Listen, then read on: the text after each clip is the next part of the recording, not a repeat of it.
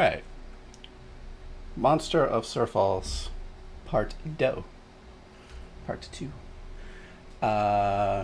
Last we left off, the party arrived at the bridge of Sir Falls, or rather Sir Bridge, and encountered a group of very not so pretty owlbears, or vulture bears. They had a great first turn, and then just did jack all to everybody else. Hooray. But your cleric is still up. Your rogue is still up. And everyone else just had a grand old time of just shooting from a distance or hacky slashy from up close. From there, chasing the trails of Grigory's son, you came across the bridge of Sir Falls. I'll just move you guys there now. Where there's a dead guy over there. Where Grigory said that he saw this creature holding his son on this bridge. He went to engage with said creature, but then he was thrown off into the river and then eventually washed up into the Vistani encampment where you guys first met him. This is where you encountered these gargoyles that started to wake up, and many questions were thrown their way, and more so from Vale Thor going, "What the fuck?" Because of course he can't trust anything in this place or anyone. No. And they presented 4 tablets that had animals inscribed on them, and yeah, nothing else passed there. If we want to pick things up here, currently Lucia and Serafina are the only, and Poppy are the only 3 that picked up these stone slabs. We want to put it together. With that in mind, let's continue. What do you guys want to do? Are we trying to put them together? I've been trying to get you guys to see how foolish in action this whole thing is. Especially since we still don't have any proof that this is actually related. But is Lucia, Serafina, and Poppy, are we attempting to put it together? Like, are they each other? Ignoring me. Yeah. Well, seeing as how I think I had the last piece, and I was in heavy debate with the gargoyle in front of me, who was rolling his eyes and saying, "Give me the piece." Or was I waiting on him to give me the piece? He was offering the piece. You were like, he was "No." offering the piece, and I'm like, I don't know. Yeah. You were. I think you were looking at Grigory like, "What is he going to do?" Who currently right now is looking nervous at all this going on. Well, the rest of us want to solve the puzzle. Yeah. Like to solve the puzzle. I want to know what happens. I suppose I can't think of any further questioning, so I'll hesitantly glance over at the dwarf and then take this piece of the puzzle from the gargoyle, and I want to insight his facial features and see if he changes, and if he smirks. The gargoyles? Yes. You can make that. You can make that insight check with disadvantage. Perfect.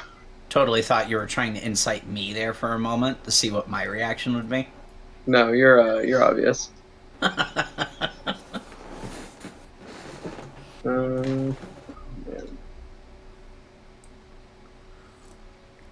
I'll explain what why. What happens again if we solve this puzzle? You guys haven't found any real instruction yet? No. It's been heavily implied that the gargoyles will take us to their controller, whoever it is who's in charge of them. So the boss fight.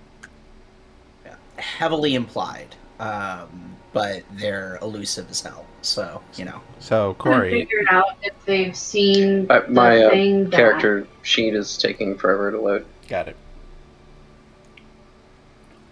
like, we still don't know, and we still don't know what the creature that took the person looked like, and these gargoyles haven't told us. We asked, and they kind of sidestepped.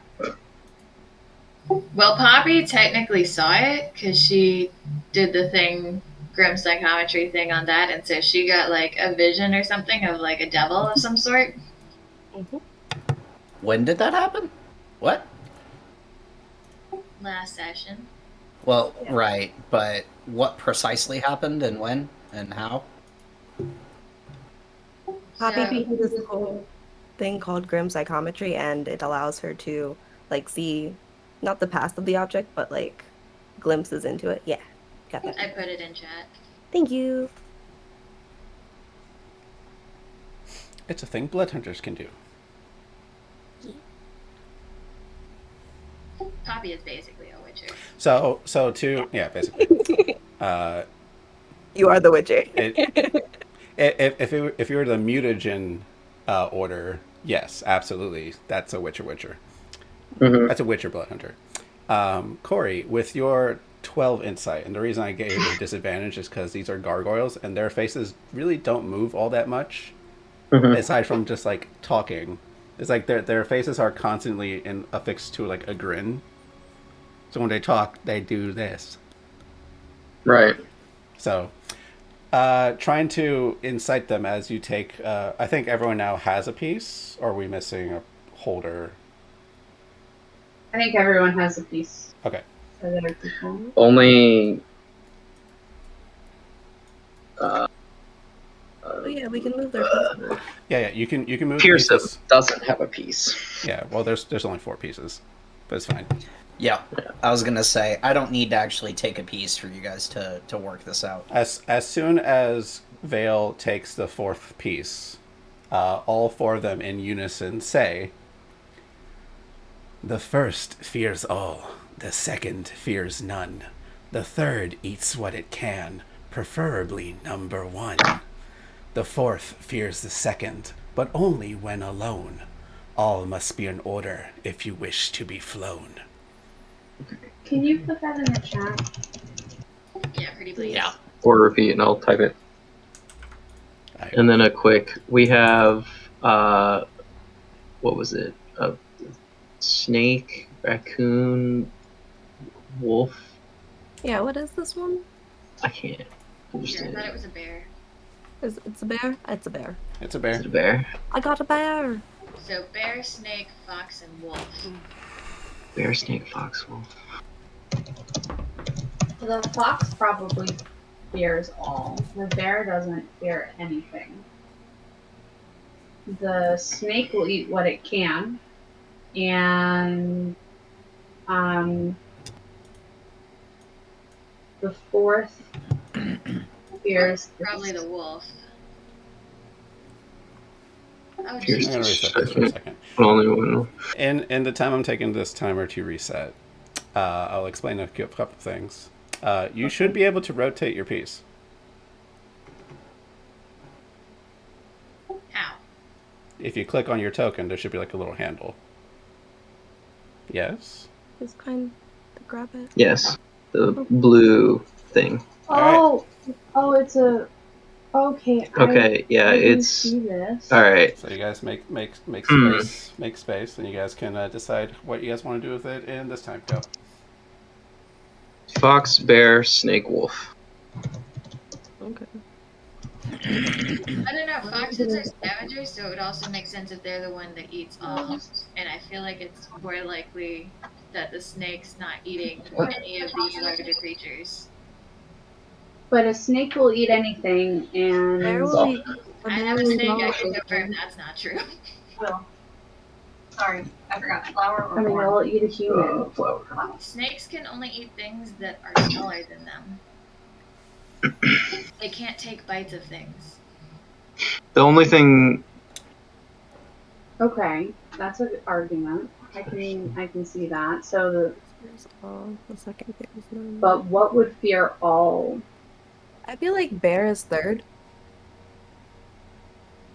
Bears kind of just eat whatever, unless they're pandas or koala bears, but they're not really bears. Okay, well.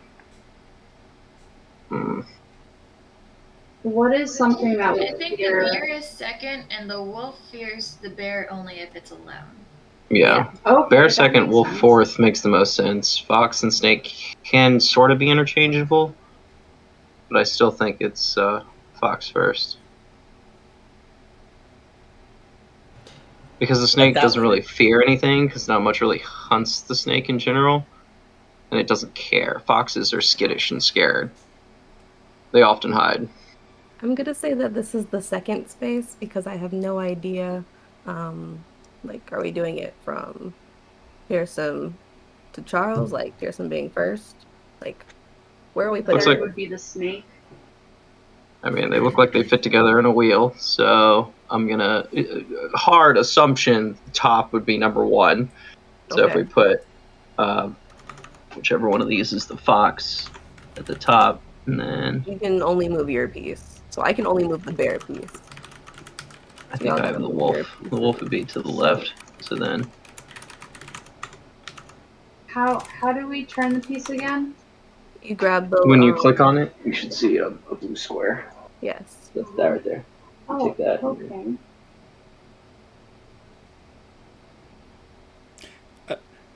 If We you were said trying to whisper snake that is to me, three. Jack, that didn't work. I knew it wasn't going to be whispered. I just That's didn't fine. want to interrupt the Go ahead, conversation. go ahead. We'll do. Okay, The so only the thing I'm unsure of is how the snake is eating a fox, unless it's a massive fucking snake. the I mean, it third doesn't eats say. what It just said the can. third eats what it can. It doesn't Yeah. say it eats It the says fox. it eats what it can, preferably number one. So that would be the first. The Okay. gargoyles wiggle in You're like place, like in snake. anticipation, claws I- gripping I tightly think on the it stone. probably For foxes. It depends on the size of the snake, but it's possible. yeah, that's a good point. Actually, yeah. Flip fox and snake, because snake Okay. wouldn't. Well, yeah, snake wouldn't often eat fox. So snake will be one then. Snake's at the top. Now the little blue squares. Bear to the right. I can't move it because the blue square is underneath the thing. What? I can't move it.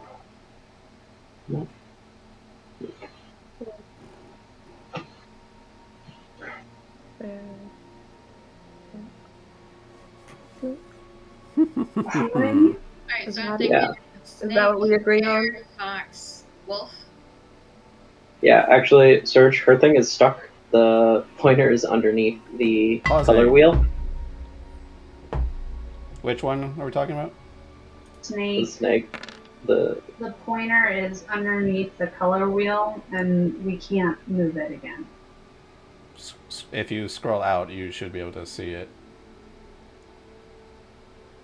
oh, okay. Yeah, Wow. like, Oh, okay. Alright. Thank you. and continue. All right. Put that up there. Snake top. I can't move anyone else's. So then, the bear on the right. Oh boy. Who's Bear. there? Bear to there, and turn it. Who's got the bear? Do what with the Zoe, bear? do you have the bear? I have Move the it bear. here, and then turn it to the right. Yeah. And oh, And put button here. okay. I will count that. What you guys just did. That was the last grain of sand just then. So I can turn it diagonally. yeah, you could do it diagonally as well. So you know what? Since you guys just got it in position, I will do a magic snap. Is this the I order? didn't even- Is this your order? Yes. I got her. Yes. Yeah, snake. Yes. Wolf.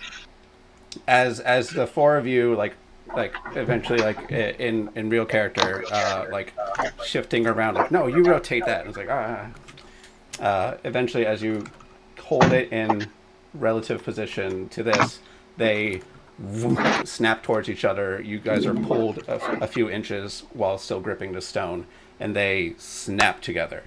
Already got it. The sigils light up and the tablet just floats down to the ground and just lays flat on the bridge.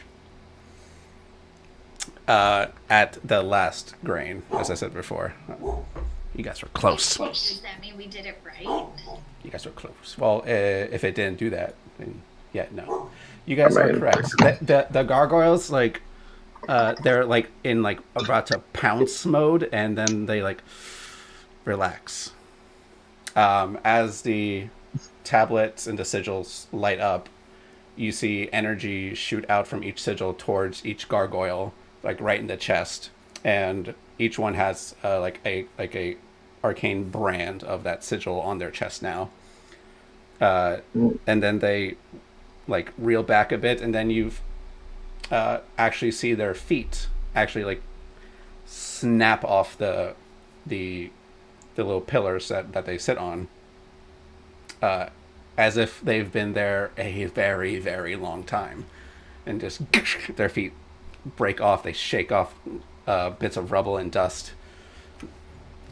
They're like, free, we're free. Thank you. You're welcome.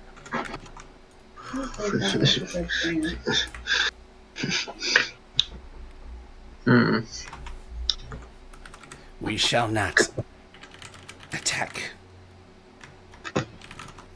Appreciate it. Thanks. It's good. Good. So, was there actually a boss that you were talking about, or do you know anything about what's been going on around here? They, all four of them, just grin. Their stony tongue licks the inside of their mouths, and they each point a long clawed finger over to Grigory. What? I don't know what they're talking about. Insight. That one. Sure. Make me an insight check. I will join. I think I will too. Yeah. No, I won't try. We'll try.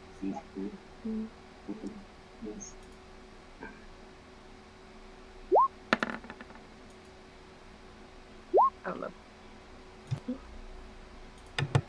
Like weird. Why are they pointing at my guy? While they're doing all this search, I would like to detect thoughts. Okay. So, to Poppy, to Lucia, and Seraphina, these gargoyles are probably misleading, because Grigory looks and sounds like a scared father still searching for his son, and like he's like confused and scared at this scene of accusation. But Pearson, you see this man, and there is no father's love there. In fact, you doubt there was a son at all.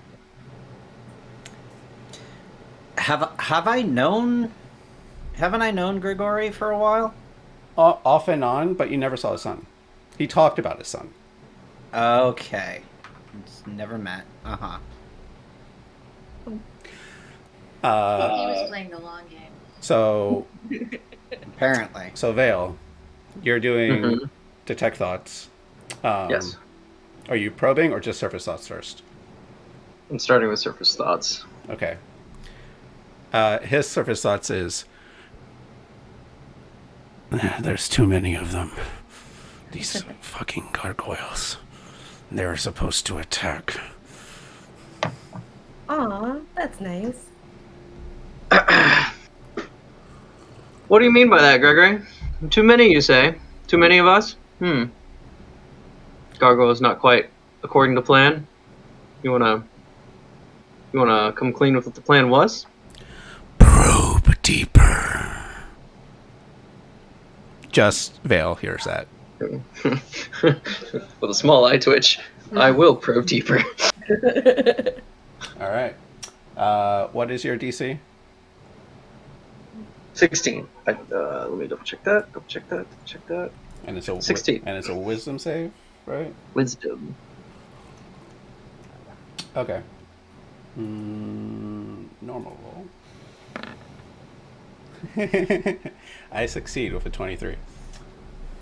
Oof. Oh, wait. Double check the rating of this. Can I choose charisma or wisdom, or does? No. So I write up the dark gifts as if anyone could get it. So I have to be like you can choose between the two. So it should still be your normal spell save DC. Because you would choose charisma as your spellcasting ability for that spell. Either way, I rolled a 23 on my save. Yeah. No one's going to beat that. I'm gonna clarify that for next time, though. Sure. Okay. Yeah. No, like you would have chosen charisma, as you do every other thing you do. So. Well, here we go. So can All you? right, D100 and D10. Yes, please.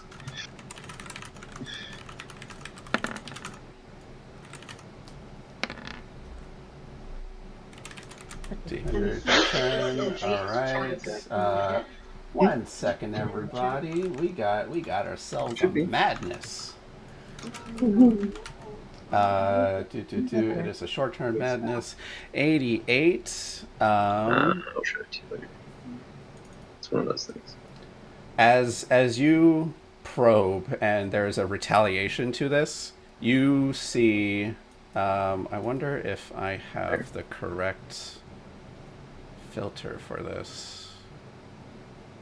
I probably don't. Let's see if I can find one real quick. Let's see what this looks like. As you look, your vision blanks for a moment, Vale, and you see Grigory's face like shift and distort slightly, and he has a more fiendish face to him. Nice. For a moment. That stuns you. Ooh. For 2 minutes. Ooh. Can I get out the word fiend, or am I immediately frozen? Yeah, you can get that blurred out, but like. Okay, it's just fiend. Yeah. So for the moment, you are stunned. Oh no. Yep. Then yeah. So what's everyone else doing, right? And for you, Vale. Let's see. You're stunned for this. Is like you look at Gregory and everyone just sees like Vale Thor's like jaw drop a bit and he's just motionless. What the fuck happened to him? Hey, how long have we been here? Just curious if I'm still in half fox form or not. I'd say. Well, I mean, we did a whole sand timer for that, and this is approximately 2.5 minutes. Mm-hmm. So we can say it's been 5 minutes total. How long does fox form last? I think it's 10 minutes still. Okay, you should still be in it for a little while longer, anyway. At least 5 more minutes. Yep. Let's wait 5 more minutes. No.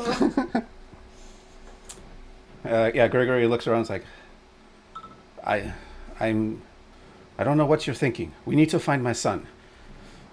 Congratulations on fixing that tablet. They seem to be sedated for now. I'm readying my warhammer aggressively. Twist. Yeah. Can you repeat what the three of us? So we didn't notice anything different. We just noticed that I said what I said, and then I froze. Yeah. I want to detect magic on Gregory. I no longer trust Gregory. We'll get to Gregory. That. Anna, to answer your question, your insights. I rolled his. I rolled his deception, since you guys already know at this point. Yeah, you don't have any reals. You can suspect him all you want, but there's no like concrete like, oh, he's full of bullshit. Okay, so I'm still under the impression that we still have to find his son. Corey said at the beginning of Fiend. Well, that was after I sat there and questioned him. Like, what do you mean? There's too many of us. I said all that stuff. How old was your son again, Grigori? He was 10. Yeah. That question mark. That question mark to me is like, what did I say it was? Oh, okay. The DM is judging. Okay. Reading. Yeah, reading. fair. No, you didn't. Can I- Like spitfire questions to catch. Here, all right. Here's a fair note. If I'm wrong, there's a question mark at the end of that. No, he's all right. I'll say this, and I'll add it to what you were going with, Jack here. When he first mentioned his son Anton, he said his boy was just shy of 13, so it was not 10. So add that to your 22 insight. It's like, oh yeah, okay, he's full of shit. Yeah, no, Grigori, I think you're lying to us. Why would I lie? That's a damn good question. Why the hell is our friend frozen over there? Corey, for your sake, I'm gonna start this timer now. Oh, yes. Cool. So this is you. Well then. Can I do a perception check to look at him and see if I notice anything other than human? Sure. Also, Am I perceiving anything? yeah, you can make me a perception check. For you, Sarah, you said you were doing detect magic. Yes. Okay.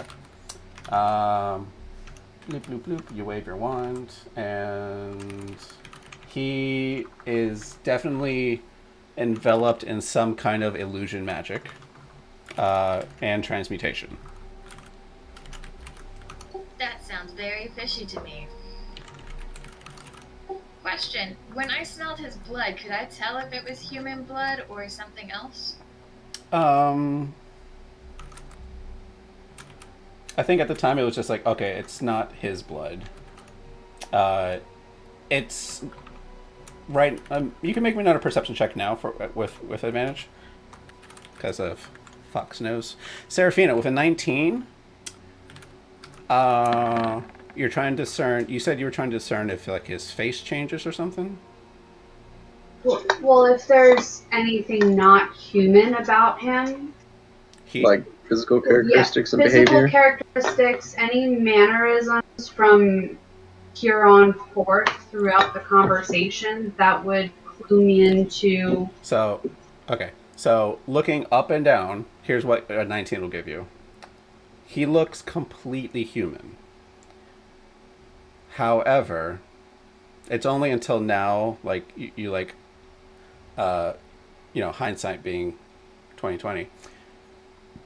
Where he's been stepping, he's been making deeper footprints than normal. Than a normal person his size would make. You get the feeling he's much bigger than he's actually intending to be. And Sarah with a 24, his blood, there was a mix of blood. Some of it is human, some of it is not human. So I treated one of his wounds. I should know which blood is his. And The which non-human blood was his. Alright. He's not human and he's covered in transmutation magic. Yeah, You share that with the also group. a lot heavier. Yeah, you're still stuck, Corey. Fine. All right. Fine. You caught me. However, where is... Oh, Vale's like way over there. Would you have been doing all your stuff way over there, Corey? No, I ran away with the piece, and I didn't move my character back because nobody Yeah. caught the joke. No, I noticed that you ran the hell away with it, and then the piece came back, and I was like, oh, well, then he had to have moved. He just hasn't moved his token. Yeah. Okay, he starts backing away towards the edge of the bridge. Nope. Don't take another step. What are you gonna do?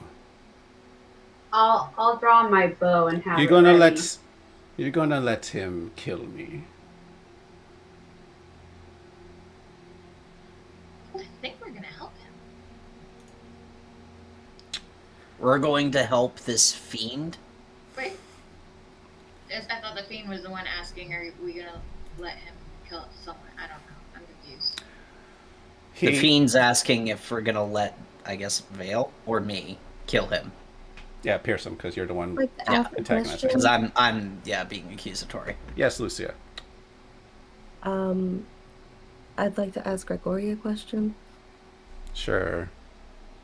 Are you the same individual who attacked the Vistani earlier?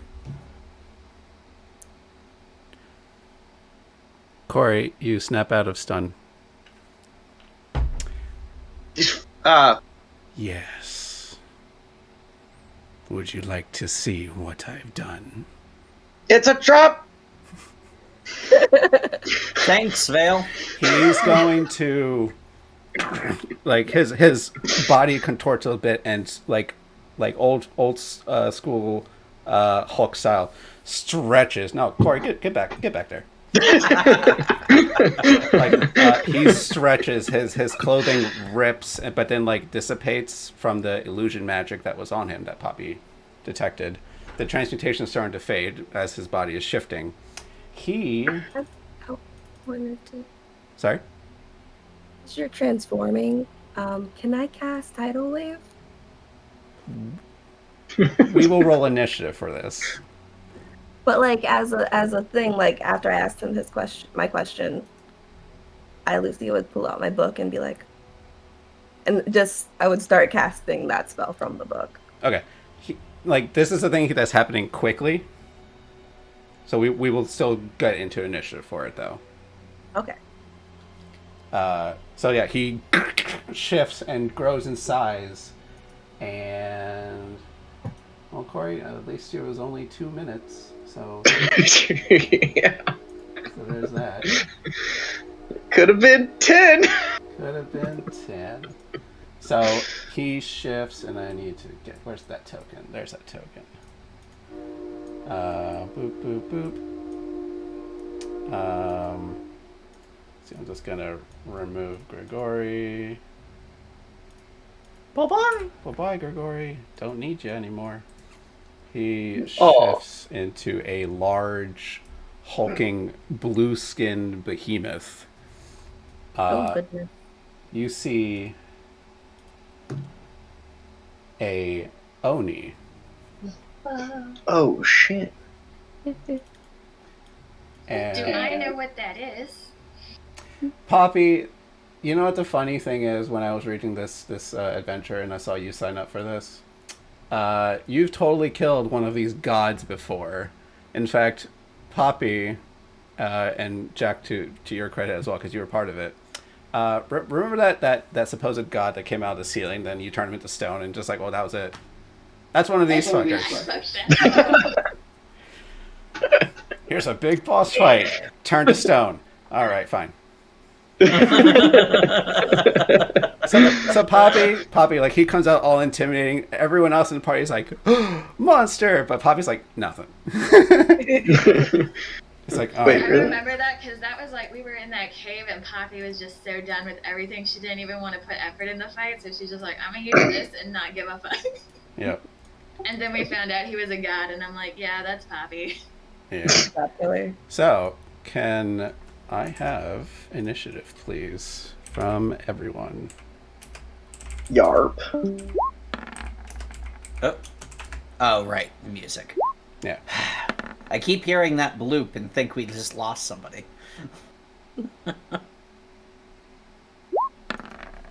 It's just a shame I don't have that spell again. A shame. Shame. Lucia, I'll say you could roll with advantage because like you were actually trying to prepare a thing. Okay. If you wish to take it. Just curious, are the gargoyles part of all this, or are they just standing back and watching? They've been standing and watching, but I'll roll initiative from anyway. Guys, that him again. We did free them, they could show a little gratitude. Did we free them from their servitude, or did we free them as in we let them move? I think we freed them from their servitude, from what I remember from the Grim Psychometry from last session. Because it was something like he separated the pieces or whatever, and that bound them to him to like do his bidding or something. I would want the DM to confirm that. I don't remember pretty much any of this this spell. Apparently, I completely missed all context for this. So, but yeah, if that's what happened, then sweet. Serafina, Vale, Pearson, Poppy, Lucia. Point 11. Yeah, I've never seen a point 11 before. I had a tiebreaker thing built in, so he's 19. Don't worry about it. It's all good.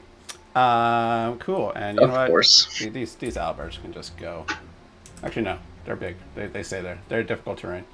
So, as he bulks out, he like the boat that he had earlier also shifts in appearance to form a large glaive,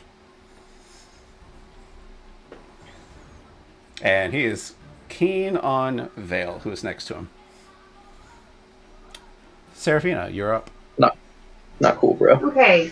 I'm going to use my steady aim bonus action to give me advantage on my attack roll, and I'm going to use my short bow that I had pulled out to fire an arrow, and because Vale is standing next to the target, correct? I can use sneak attack, yes? So, either you have an ally next to the target, or you have advantage on the attack roll. So, like, both But you're qualify for standing sneak in, it gives attack. you they both advantage. do. Yeah, So so yeah, I can either sneak one attack. lets you sneak attack. Awesome. But having advantage is always great. Yeah. That's a 27 to hit.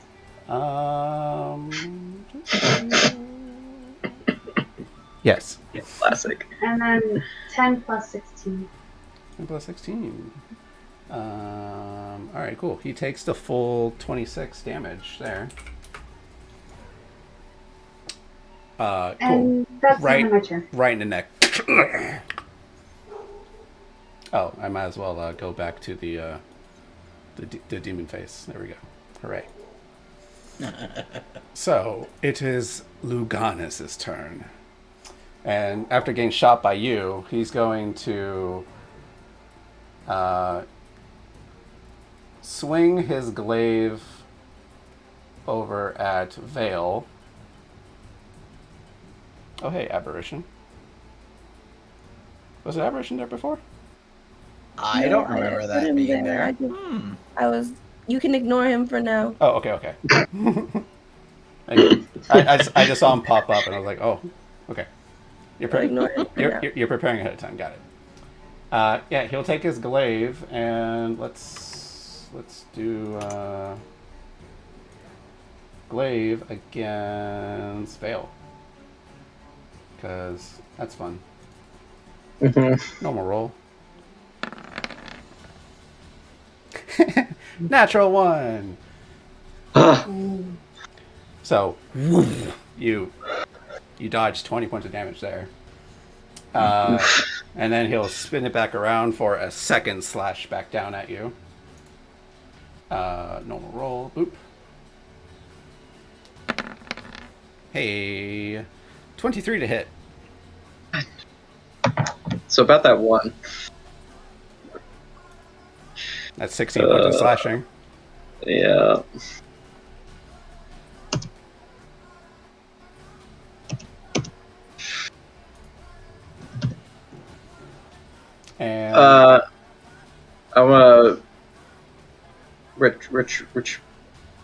Hellish Rebuke. Hellish Rebuke.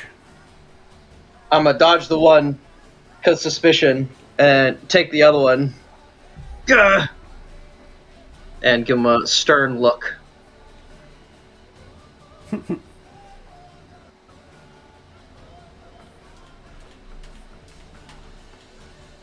we go. Yep, there we go. Oh. Yep. Click on the spell name to cast it. Yep. But I will make that deck save. There we go. Nice. Deck save normal. I rolled a 20.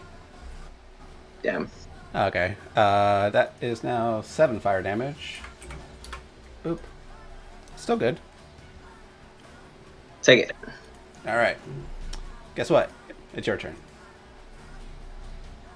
And following up. I got this. Give him a pair of swings. Natural 1. This is an interesting day. Very. 13 will miss. Pathetic. You're still in shock. It's okay. I'm trying to get my bearings, guys. Pierce him, then Poppy. No metal on him, right? Aside from With his the weapon, glaive. no metal. Yeah. Yep. Still might be really nice, actually, though.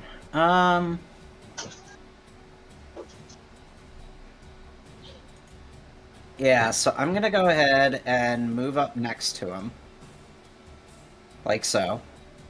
And I think I will cast Heat Metal on that glaive. Cool. So that What does heat metal look like when Pearson casts it? Oh yeah, I should drag that out, shouldn't I? Sorry. It's all Let me good. get that token. Here we go. Well, I just meant like a verbal description. Oh, a verbal description.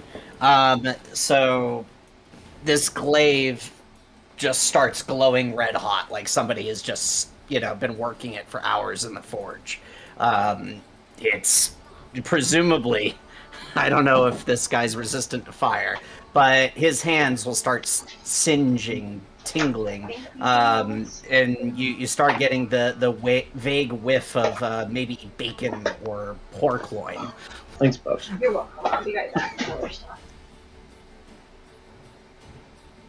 No, Bobby, I said hi.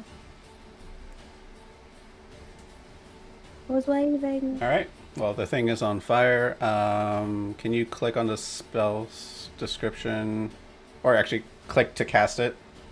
Yeah. Let me do that, and that'll do the damage. Mm-hmm. So heat metal, and yeah, screw it. I'll just do that.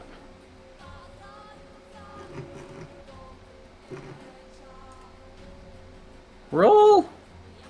You can do it. Is it not working? There it goes.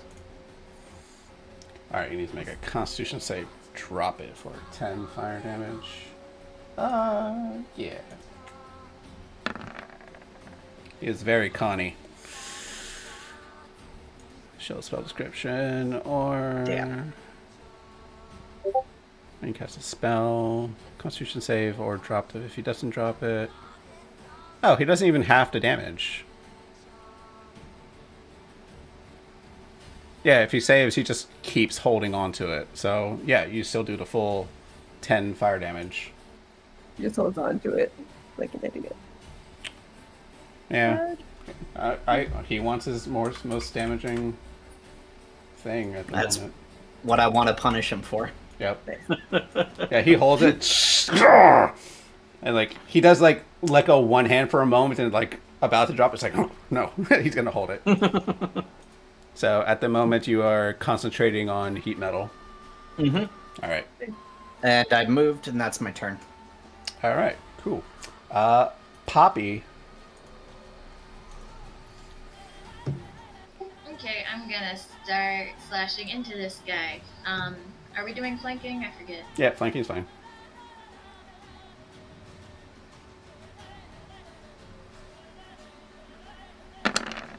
I waved as much as I could. For 17 damage. Nice.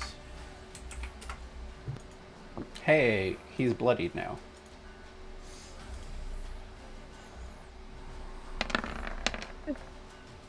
"13 will miss.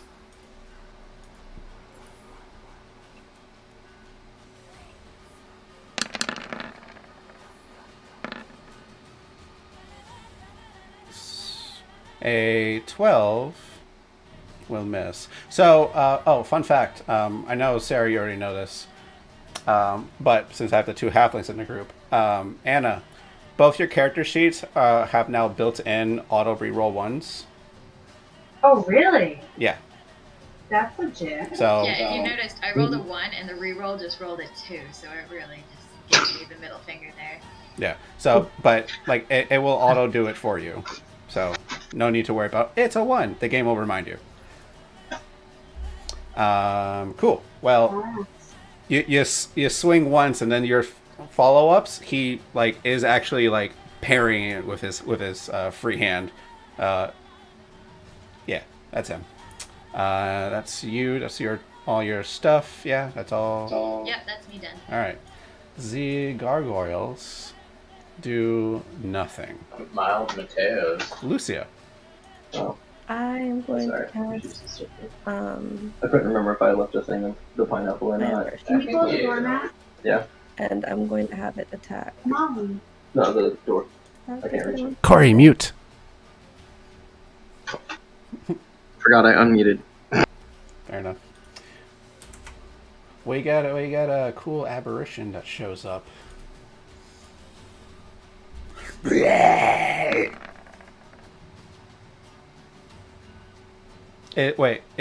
Which aberration is this?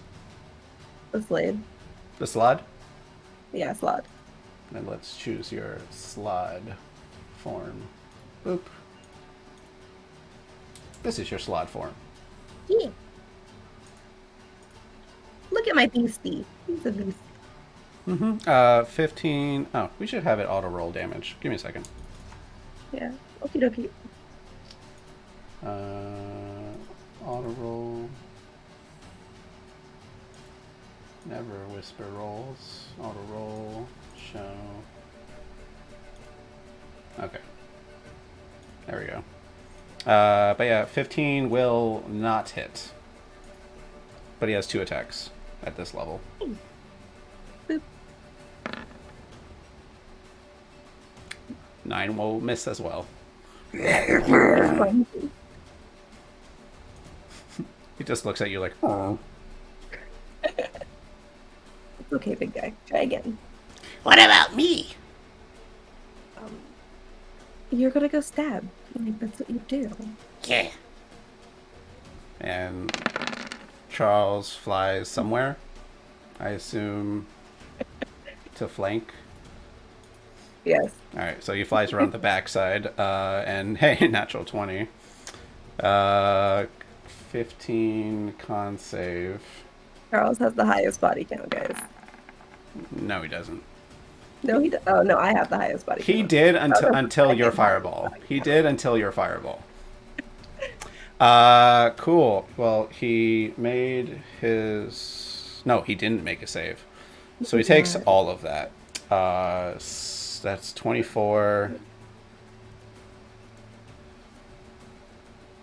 24 plus 31 damage. Fuck. So yeah, Charles flies around and lands on top of the Oni's head, because you know you got to get him in the vulnerable point, and like Attack on Titan, he'll just go for the little neck nape. So just right in the back of the skull. You see Luganis just convulse and like foam a bit in the mouth from just a direct venom into his skull. Oh, it's a good bean. And then Charles is just holding onto his horns and on his face. one hand on his hat, like, yeah. All right, cool. I feel the slightest moment of sympathy for the creature having dealt with similar matters. That hurt. Seraphine, it's your turn. God, that hurt. That hurt so much.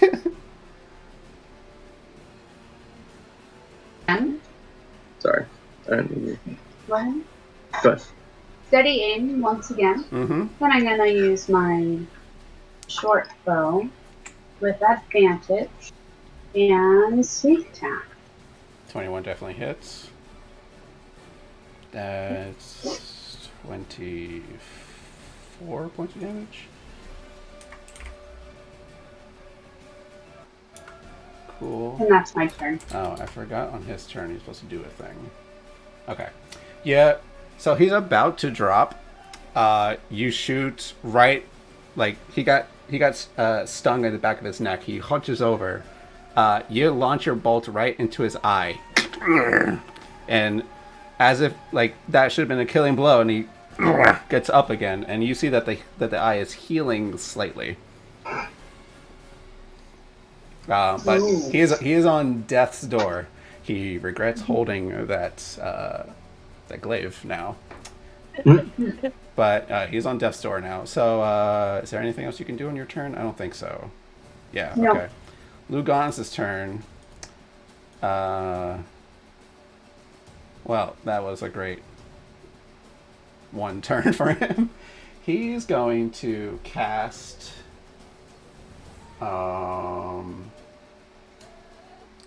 Well, first of all, he's going to immediately drop the weapon. So, that's that. He drops a weapon. He has sense now.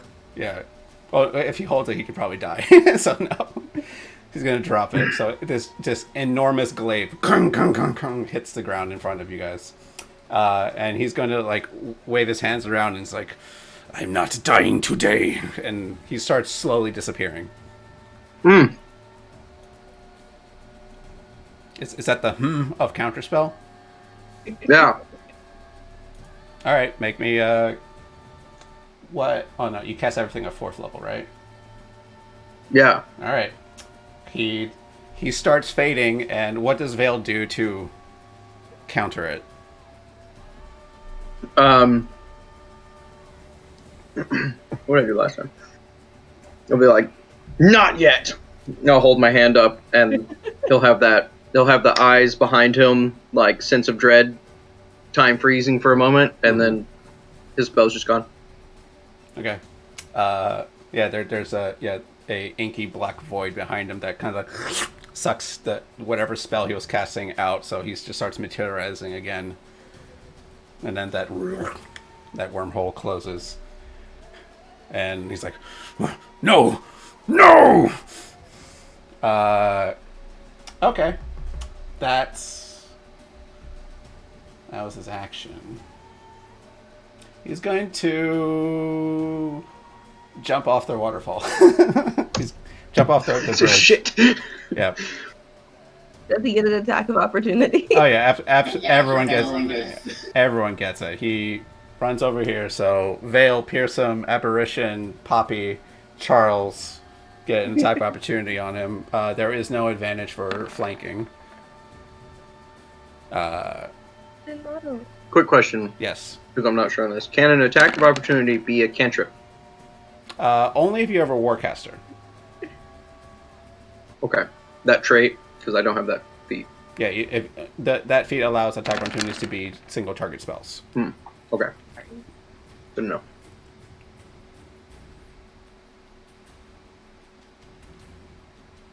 I think he's dead. Well, Charles's attack misses. Pearson hits. The Slad's claws hit. Didn't roll the attack. Yeah, I don't know what's going on with your thing. I set it to auto roll damage, but it's not doing it for some reason. 15. Yeah. So that hits. Yeah. So, all All right. With the exception of Charles, everyone else hits. I'll have one. Let's see.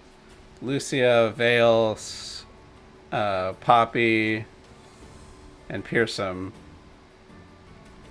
You four describe how you take him out, as he is basically retreating and like hops off to like basically backfall into the river.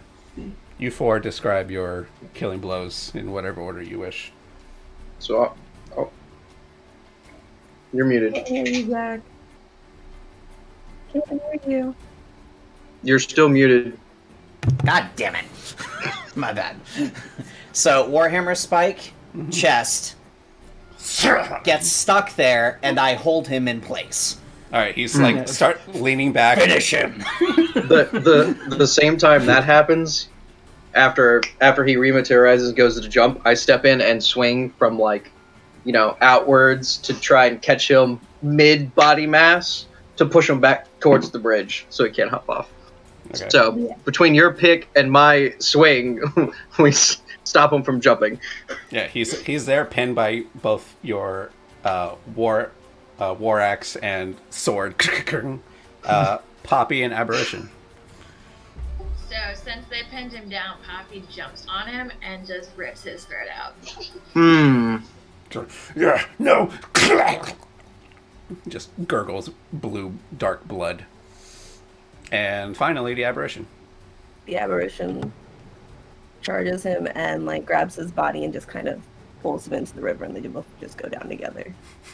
No, don't do that to his body. Fuck. Both Vale and Pearson release their weapons so they don't get dragged with them. Please, no. No, the monster bits! And your Aberration and Luganis fall. I never mentioned this before, but it's about 100-foot drop. Oh my. That's an important detail. So yeah, they fall off, and like everyone rushes over to the bridge and still sees him falling for like the last second or so. As the Aberration is just like clawing at his dying body, and then I look at the rest of the party and I say, "Quick! Do we need his body?" For what? Yes. Yep. Yes. Control water, please. Are you bringing that? I will cast control water. I would like the river to lift him back up to the bridge. If I'm able to control the water that far. I'm not sure that I can. 100 feet. Let's see. I mean, with the amount of blood that was spraying out of his throat from Poppy, you can probably just control that and just float him up with that. I feel like that's a different spell. I think That's that's a basically different the same. type of magic. Blood is mostly water anyway, so. Yeah, Technically accurate. 75% of but- bodies are water. as bloodbenders have taught us. So I shrunk the tokens just to represent that they're really, really far down. Yeah, let me look. I may That's awesome. control any freestanding water inside an area I choose that is a cube up to 100 feet on a side. Here, let me just... This is a really long description, but I'll just share it. Bleh. Very long. Oh god. Wow. You Sorry know about what? that. You know what? We'll just do this. Copy pasta. It's within 300 feet, so it's fine. You can control a massive water Okay. and just. Well, I was gonna say, I think it's actually just at the limits of the spell, because it's a cube up to 100 feet on a side. So I just stretch that out as much as freaking possible just to get it. There's a single column of water that's just like Super high water pusher going on. pushing his body. The Aberration's along for the ride, just on top of his body. I'm just gonna cast this just to burn the spell slot, and that'll be it. Cool. All right. Well, All right. the Oh, the body of Luganis is thrown here, and he is dead. Blip. bleh. As we know, he had a regenerative ability. Can I investigate and make sure he's dead? Looking over him, none of his wounds recover. Okay. Multiple grievous wounds. Lucius Apparition did a number post-death to him. It's also like slowly chomping away at like a flesh bit somewhere. Just cow chewing at it. Gross. Yep. That's great. The gargoyles just How? go, good. Do they? Good. I was just asking, like, when the gargoyle said good, did he wiggle like Smaug? Ever since having Smaug, I like they wiggle in good spirits. They're pleased.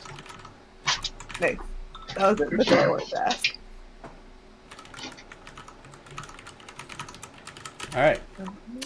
You have the body of this Oni in flesh in front of you, not stone, Poppy. I was gonna ask if I know if they have anything worth, digging into. Well, But the previous one I fought turned to stone, I don't know if I would know. yeah. So, like, this will be your second time seeing an Oni. So you have no idea what their capabilities are other than regeneration, because you keep killing them way too soon. Mm. If only I was less efficient. Stop it. We should take it to the lady. I know a guy. I know a gal. I know a place. Oh, speaking of the gal, The potion maker? She's Poppy, cool. you owe someone rent. That's right. Shit. I remember this. Yep. You owe someone rent. Do you want to go to the master now? Wait, Yeah. who's the master? They I thought we just killed the master. No. He bound us. Now we're free. If you're free, why do you have a master? We still do his bidding. Isn't that more like a boss? Yes. Like you're employed? Sure, if you insist.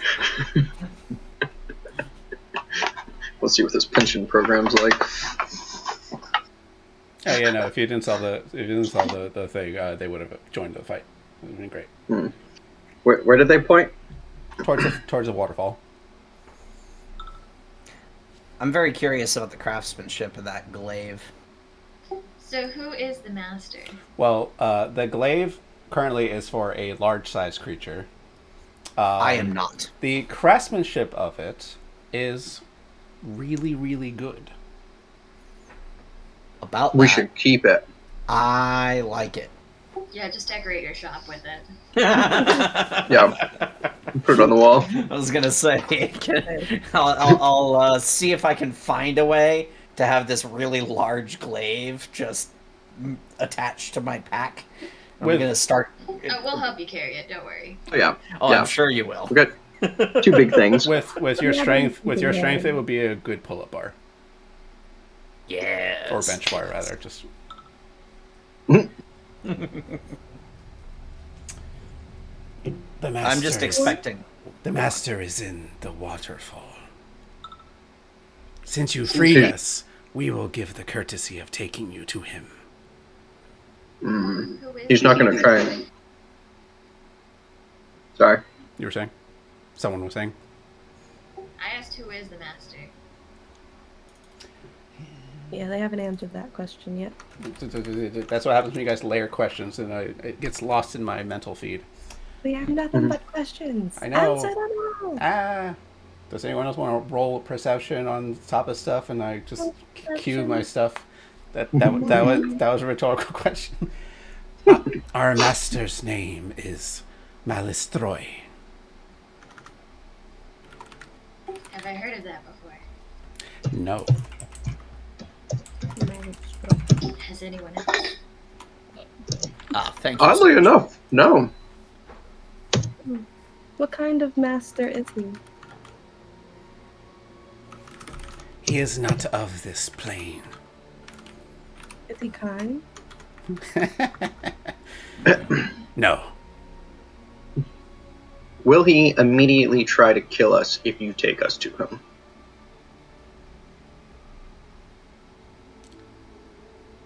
If you are not worthy keeping as trophies, yes. What if we don't want to be trophies? That Yeah. is your problem. We can fly you through the waterfall, or you can scale it on your own. I'm trying to figure out what we get out of this deal. Yeah, what do we get out of We it? could just walk away with our loot. I like his thought. I like this that. one is gonna be trophies. Like, be a trophy.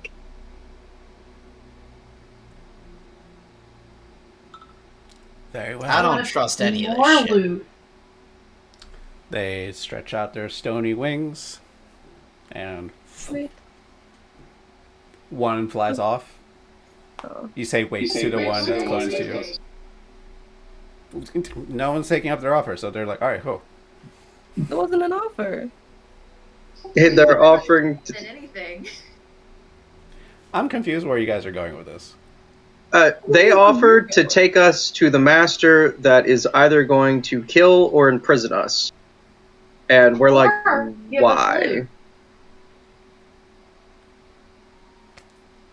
Like, there's no one. They'll be happy that we released their servants and give us stuff. Yeah, or I'm have trying to stuff to steal. Yeah, I'm trying to figure out what our incentive is to go. Wait. Yeah, so you're banking on the generosity of some unfamiliar, unknown fiend to reward us for behavior. I turn to one of the gargoyles and I ask, is your master one of the dark powers of this land? No. We could scale to Our the master. thing. Our master is responsible for the kidnappings and murders. This one, and they point to Luganus, was just a messenger. Oh. Oh, that was very unclear. Well, you should have said that first. No one asked. I mean, we did. We asked for plenty of time. We did last time, before we freed them. We did.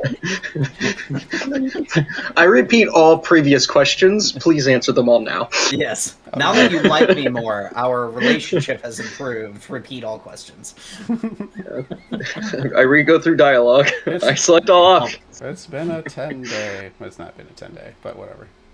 All right. Nearly. Well, Okay. fine. I'm willing to risk this now. Yeah, Fine. same. Let's So, go. I'm on board Yeah, I'm good. with investigating. About the clave. You want it? Can you carry it currently? Oh, Or do you I'm want to have carrying her it, in apparently, yeah. I'll carry it if you like.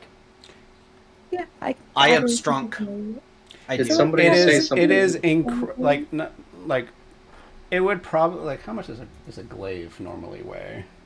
Good question. Let's Do we see. need to come back for it? Because we can do that after we deal with the... A glaive normally is 6 pounds, and since it's large size, it would be 8 times that. 8 times? Well, like whenever you're increasing in size category, like you're from a medium to a large, you're effectively. We are all effectively in the D&D grid a 5x5 cube character. So Yeah. when you're increasing to twice your size or a size bigger, you are effectively 8 times your size, right? So take a cube and then like, all right, I need this one size bigger, which means like 2 cubes wide. That would be 8. Yeah, but that wouldn't necessarily apply to a weapon like it would to a creature. Well, let's call it 50 pounds. So let's go with that. Should I add that to my weight? 50 pounds? Sure. I'll also just say, just size alone, it is very unwieldy. Well, yeah, I'm not gonna try and wield this thing. Okay. I just want to Is it transport it. magical? Huh? Is it magical? Well, I don't know the answer to that question. We can My figure that detect out later. should probably still be up. I Yeah. could identify it, but No, I just want I- to know if it's magical. I don't want to know what it does. Because identify. well, I don't have detect magic. You might have to rely on that. Poppy, it is not magical. Yeah, that guy. No magic. Those guys. Yeah. Okay. Just a well-crafted 50 thing. pounds. Does the god guy have anything magical on him? I will say this. Can you make me a smithing intelligence check, Jack? Sure. You should be able to click it. Smithing. It's So, on your left, like bottom left.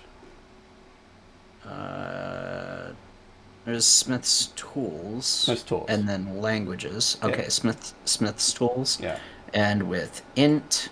Yeah, you can make that an advantage because that's your profession. Oh, I already clicked roll. Oh, wait, there it goes. Okay, cool. Advantage. Thought I had clicked roll, but apparently I hadn't. Roll 20 is just taking a while to roll anything these days. Yeah. There we go. How's that? So this metal that you can look at the glaive, the blade part at least, you can determine that it is mithril. Ooh. Mithril as in like Lord of the Rings mithril? Yes. Yeah, it just has perhaps slightly different properties and D&D mechanics, but yeah, it's the same kind of idea. Super light, very strong stuff. Mm-hmm. Much strong. Much strong. I actually was considering a mithril weapon for him, but I did not do.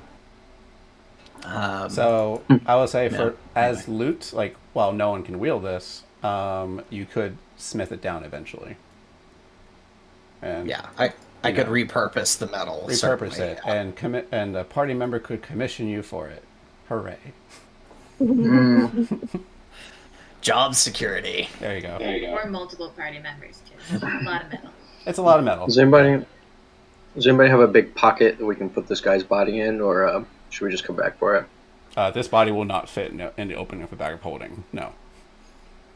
What if I stretch my pocket real big?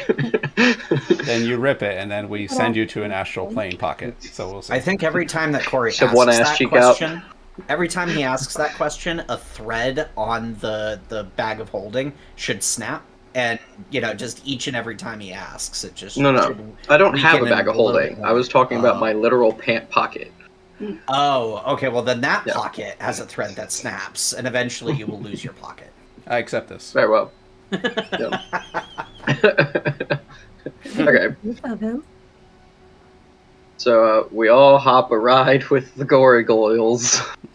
They convinced me Do you finally. think we should leave So someone back with the? So we can say for the simplicity's Fine. sake of the glaive being mithril is like cool. The shaft of it is whatever. You can just remove the blade and like cool. That's more. You can carry that around better. Okay. So, what to do? You all do. Well, how do they propose transporting us? Are we like grabbing claws and just dangling, Yes, or all right? they're pretty much gonna fly you over. I was gonna jump on their back. I'm gonna grab a claw. I guess Poppy's jumping on a back. Since there's 4 of them and 5 of you, one of them can transport the 2 halflings together. Just nice and easy. Phew. Cool. Well, they save you the entire ordeal of scaling from either from above or below the waterfall, because they eventually fly out towards the middle of the waterfall. And like for those of you that are flying into it, you get a little worried because like, well, they're about to fly into a waterfall. There's clearly going to be a rock face there. You hold your breath as you are buffeted by strong water, and eventually you are dropped to some small landing. No climbing necessary, or slipping or falling, potentially to your doom. Much better. Much better trip. I need to move your tokens over. Give me a second. How long does your aberration last, Zoe? A minute. A minute? Okay. Just a minute. Give me a moment. I'm looking. It's not there. Hold on. Okay, well, I'm copying him over anyway, just in case. Boop. And... Alright, let me know if you guys see the map. I am seeing, yep, get the deep outside of into the the water. waterfall. A sliver at the top. What did you say, Zoe? I get to keep him for an hour. Oh, okay, cool. Then he's definitely here. So, oh hey, Grigori. He's not here anymore. Dead. Blech. Yep, so they eventually fly you in, and I'm just going to remove the opening here. Boop. They all fly you in and make you land on this little landing behind the waterfall.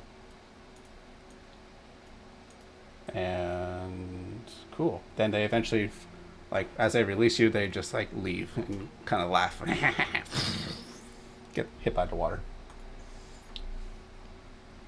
You're And muted, love. Yeah, you guys are both muted. Yep, there we go. Now go ahead, Anna. Oh, I wish to hide under someone. Probably Corey's character's clothes. I'm gonna just press the digitation as I'll dry. Thank you. Quite kind. Appreciate. Yes, thank you. After witnessing the whole waterfall that I'm now realizing that we probably would have ended up climbing anyways, I'm gonna turn to Poppy and be like, that was a good call on those symbols. Switching them around. Yeah, that was good. Oh, I don't know if y'all saw, but I posted in the chat, if we hadn't solved that and the gargoyles were like, but that guy's doing all of the kidnap and murder. Like, we'd have missed that part of the conversation, done that fight, thought we were dead. We would have felt so special. Be like, And yes, gone that home. problem solved. so here's what I would say, what I would have done. If you guys just decided to leave, I'd be like, cool. Here's the bad ending.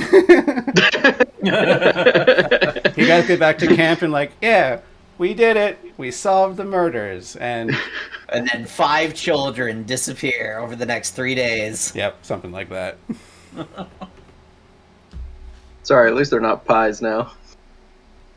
Well, for what you know. Yeah. For all we know, then yeah. Yeah. But They might be pie. They could be a pot roast now. Cool. So as you guys are precipitated dry by Poppy, let me describe this entrance to this cave. The rocky floor of the cave is damp, and the roar of the rushing water behind you is nearly deafening. Further in, the tunnel leads around a bend, beyond which a faint light twinkles. I think you guys can see maybe a little bit of yellow light, maybe, if you can see that far. Yeah. Faint light twinkles. Strewn around the tunnel are humanoid corpses, stripped of their bones. Their skin lies stretched and drooping on the floor as if meticulously skinned. These things. I take out my warhammer, and by extension, I'm lighting the way a wee bit. Create a light source. Do the bodies look like children? No, they look like adults. Ah. Yeah, they are adult-ish in age. They definitely don't look like children. Skinned people. Yeah, skinned people. I instruct Charles to go invisible, and fly further down the I'm sorry, tunnel. honey. Go ahead. They're skeletonized, though, right? Do we see any of their belongings? It's just skin. Oh, it's just skin. They lack Okay. their bones. Okay. So But you no like to belongings. Inspect one a No little s- bit more closely. Stuff around. Okay. Charles, so you're having Charles fly around invisible? Yeah. Okay. Yeah, we can get him to here as he's flying around invisibly. Charles sees, and he'll relay to you that, like, I see 2 floating lights. Like magic lights? Kind of. One's yellow, one's blue. Okay. Oh, yeah. Pearson, you were investigating this body? I Yeah. really got rather- information rather- as well. Like there's 2 lights, a yellow and a blue, further down. Cool. Alright, so... What's your passive perception? Mine, 13. Okay. Yeah. Who? Mine's 19 Okay, Serafina. or 18. Serafina, as the group's approaching, you notice that these skins are twitching. Oh, goody. Gross. Uh, And Pearson. I was gonna say I'm right up front. Yep. I'm right with them. Yeah. I need to. Oh, and therefore I am within mostly. And Peter Corey. I can't see shit, so I want to like hearing, smell, perceive before I. Oh yeah, and there is no light inside, so people that can see in here is because of their dark vision. My warhammer. That's right. Emits light. That's right. You do. No goggles. Goggles. Just trying to Yeah. call that out. Can Can your thing see? I can't. How much light does it cast? I think it was 20 feet, but I can 20. bust out the description. 20. Is it? Yeah, I think it was 20 bright and then another 20 dim. Okay. Poppy, Gross. Poppy, I want that. you can see now. Ooh, All right, cool. My goggles. Yeah, I see better too. Thank you. All right, cool. So here's what comes up. As you're investigating this body, and Serafina notes the twitching, it lifts up in like this weird, like draped fashion of just a boneless flesh thing. I wish I had art for it to show you guys, but I can probably show you. Let's see if this works. No. Boneless. There we go. Anything like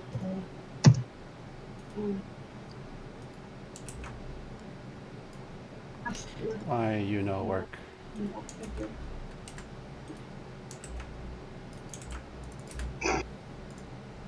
Probably not. There we go. At So least I hope not. so this the skin stands up and just I wish I didn't look at that. Oh, that's gross. yep, stands up and just goes for a big old hug on Pearson. And the other ones in the room also stand up on the sight of that. And well, these boneless come to attack you all. Roll initiative.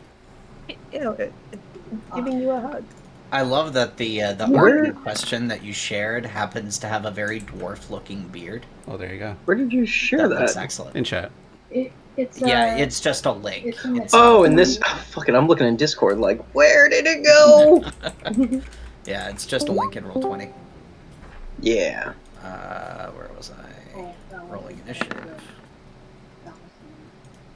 I like it. Let me make sure your token's selected. If it's not, I will add it on my own. Oh, sorry, Zoe. Your initiative is not your initiative's not great today. No, it's not. But it's okay. You are a 2 though. My initiative is about as usual. Yeah, 3. Well, Poppy came here ready to fight. Poppy's on top of things. The rest of us are very disgusted. I'm very distracted because it might have been a dwarf. I mean, Now it's on you. So now's not the time to be attracted. so they So they aroused. rolled So aroused. they rolled a a natural 20, so they get surprised because they go surprise at Pearson. Of course. Yep. 1, 2, 3, 4, 5. Cool. They will descend, so they're going to get surprise. Poppy, you did not crit. You just got a 24. Okay. So it's going to get. They're going to get a turn first because they get the surprise, and it's going to be either an action or a movement. So all of them that are in the back are just going to rush forward. Blah blah blah blah blah. Charles is invisible, right? Yeah. Oh. Last we knew. Oh. Zoe stepped away, but yeah, I believe so. Got it. Can they see invisible? All right. Well, the one in the back does not go after Charles and just waits in the back. Oh, here's a fun thing they can do. They get to here. They can absolutely. Oh my god, they fit through. They do. Oh. They fit through what? They don't have to worry about obstructions from other creatures. They just can traverse through those tiles as though they're Guys. unobstructed. Yeah. So the three in the middle are going after Vale and Pearson and Seraphina. The two on the sides get all flat against the cave walls and just like a manta ray, just like blah, blah, blah, blah. Just That's gross. absolutely. It's a flesh bag of bugs. So the one was closest to Pearson is going to get an attack right now. So here comes a slam.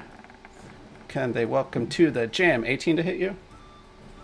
Let me look. Actually, I don't remember. My AC is 19. Okay, so this one slams its skin body at you, and you brace against it. It will attack again.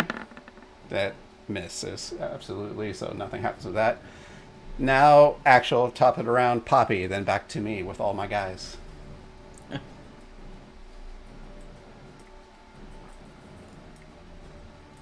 Alright, so I'm gonna right my sword with fire this time, and then I'm gonna go up and hit the only one I can reach.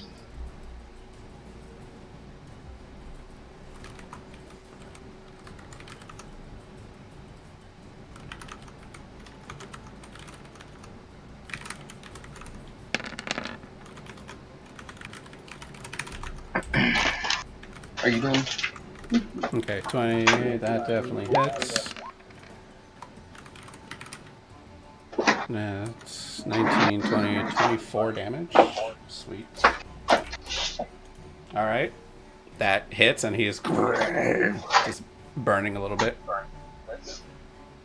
hey, I'm confused because I used the Crimson Right thing because I figured that's how I do the damage to myself, but it rolled 2 different die.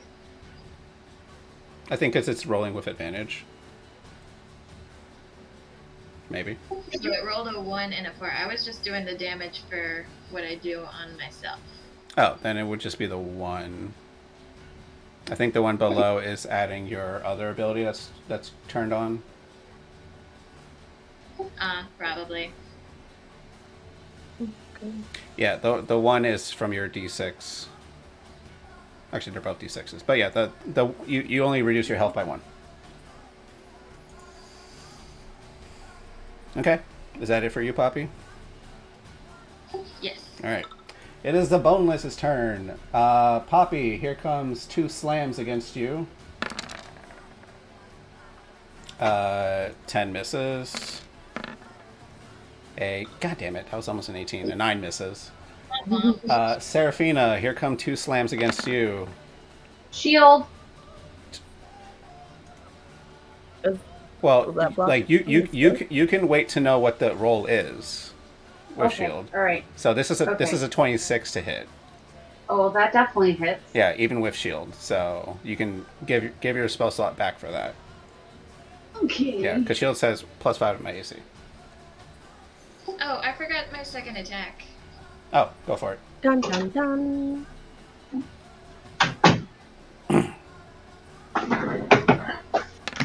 And then I'll get back to. Am I dead? Not Yes. Oh. You have Yeah, sorry, died. we just couldn't save you. I could have. I didn't. All right. So Poppy, you took care of one of them. 2 quick stabs, it burned away. To Serafina, the one hit you with a 26. You take 7 bludgeoning damage. And then a 16 to hit you. Misses. Okay. Now Pearson. Here come 2 attacks against you. 13, nothing. 12, nothing. Vale. Here come 2 attacks against you. 14, nothing. God, they're rolling like shit. 23 to hit. Seriously. Fuck. 4 damage. And then... Seeing that you're hit by that, he's going to go after you again. The third guy's going to go for you. 17 to hit. Matches. All right, that's 6 damage. 24 to hit, 4 damage. Guys. This is bullshit. Since both slams hit you from one of the guys, he's actually wrapping his whole legs and arms are around you like a gross, skinny, fleshy blanket. You are. Yeah, so he is embracing you and then crushing. I need you to make me a strength saving throw. Oh, no, not now. It's at the start of their next turn. But for now, you're grappled. Can I fight out of that grapple on my turn, or do anything on my turn? Yeah, you're just grappled. You're not restrained or anything. If anything, it's kind of like if you're underneath a shirt, and you're just like kind of punching your way out of this flesh skin blanket. But it is over your face. You are currently blinded and unable to breathe. You're suffocating. Cool. Yeah, so we'll say the one in the middle is the one that is currently grabbing you, and I'm just gonna do a. Let's do the hand for hug. There we go. Okay, so the one in the middle is currently holding you, and is actually. Are they in your space? Yeah, that one's in your space. So I'm gonna just make them go like here, just so we know that. That's all my guys. Now everybody else. Serafina. Okay, I'm gonna Misty Step. Oh. As my bonus action,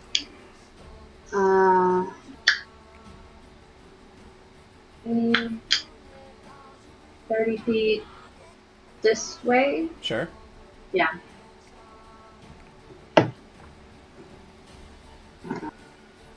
Oh, I have to. Okay. There we go. So 30 feet this way. Okay.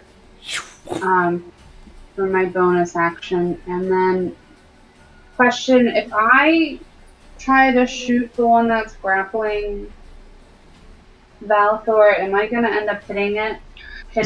It's fine. I'm holding him. I got this one. You wouldn't know. Like, you might hurt him. You could also hold your action if you would like, because I want to have the aberration try and pull it off of him as well, if he doesn't break through on his turn. Oh, thought about holding action.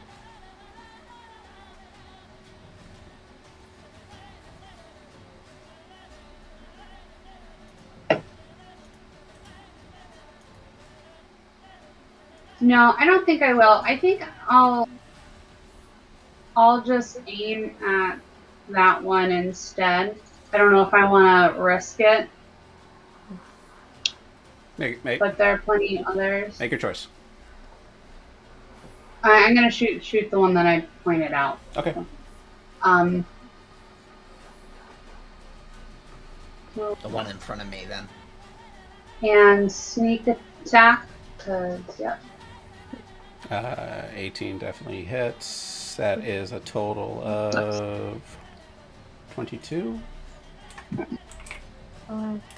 Should have just shot me. You would have critted me. Cool. Well, your bolt fly. I'll say like it flies through the face of the guy and clinks off of Pearson's armor, but you do your full sneak attack damage because it is just skin. Cool. That's your bonus action. Your action. Do you want to move at all? No, I'm gonna stay put. Pearson, then Vale. Okay. It's time for another round of Spirit Guardians. Oh boy. Where is my spell templates? I'm not sure if clicking... Oh, there we go. Okay. I'm doing it wrong is the answer, I think. Oh, or maybe I'm still doing it wrong? No, it's up now. Oh, you see it? Yep. Okay, now I see it. All right. It's in the back now. Take a moment. So you can do stuff. Yep. Oh, thank you. Yes, perfect. So, unfortunately, I think that's my action. Click on the spell to cast it. Yeah. It's always centered around you. Oh. Oh, is it a perfect? Okay, it's a perfect circle. Yeah, okay, cool. That works anyway. Cool. And sorry guys. Good. I am still noob. I feel like I need that guy that narrates Hitchhiker's Guide to the Galaxy to just be in my head commentating on Vale's entire existence.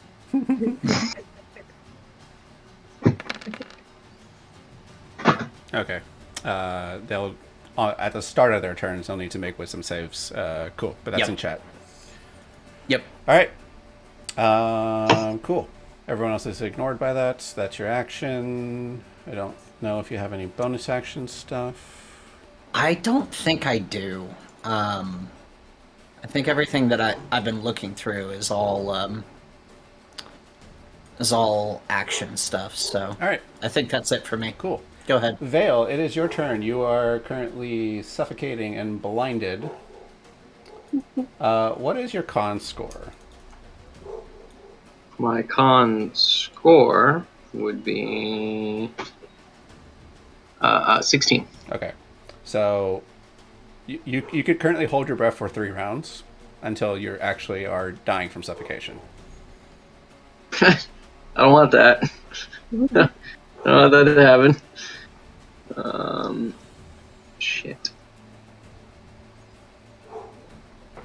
Verbal. Okay. If I try and just attack, am I able to? And would it be it would just be a disadvantage? Or do I have to struggle out? You currently have disadvantage on attack rolls because you're blinded.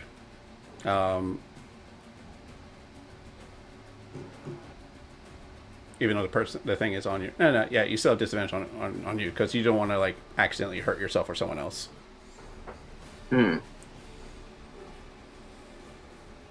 Because you physically cannot see the target, even though the target is on your eyes. And since I'm suffocating, that means I can't use verbal components of spells. I can't cast any spells that require a verbal component. That is a true statement. I will say... That is a true statement. You know what? Let's make it a con check. You just need to meet a 10 to get at least like fireball something out.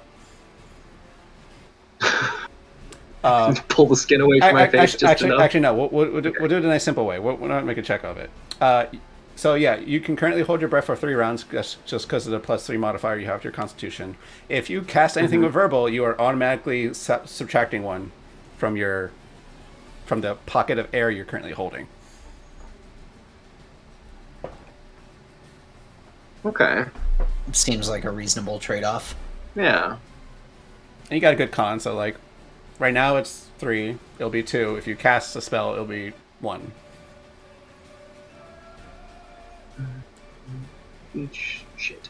Okay.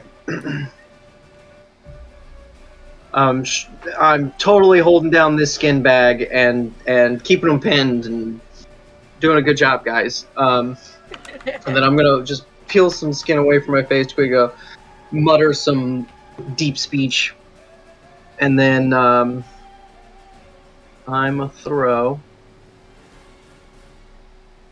a bam, and I want to pull in the star spine. Drop So- your guy. From just beyond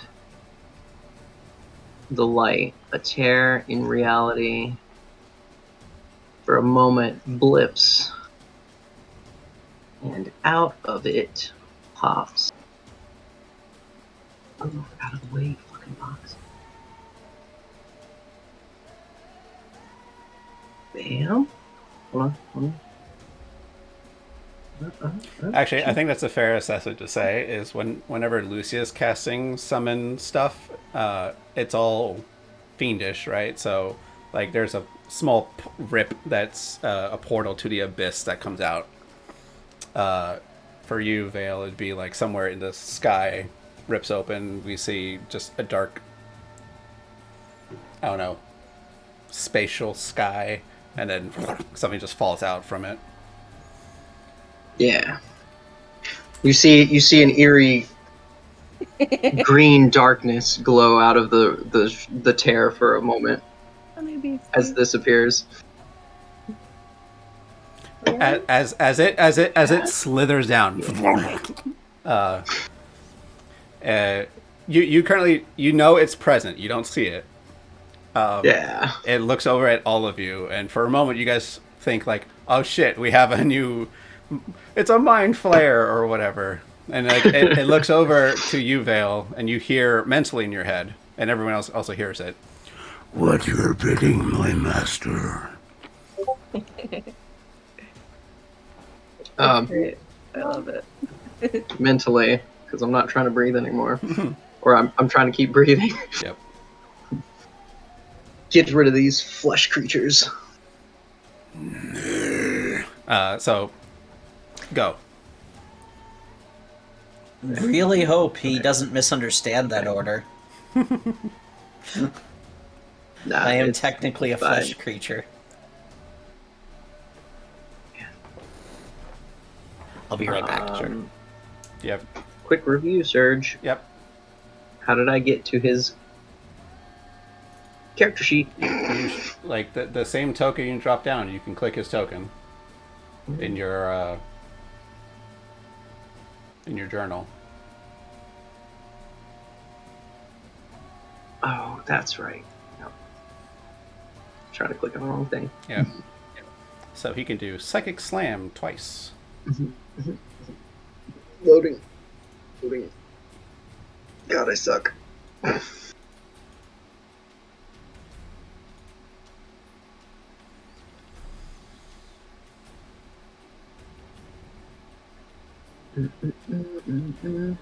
Yeah.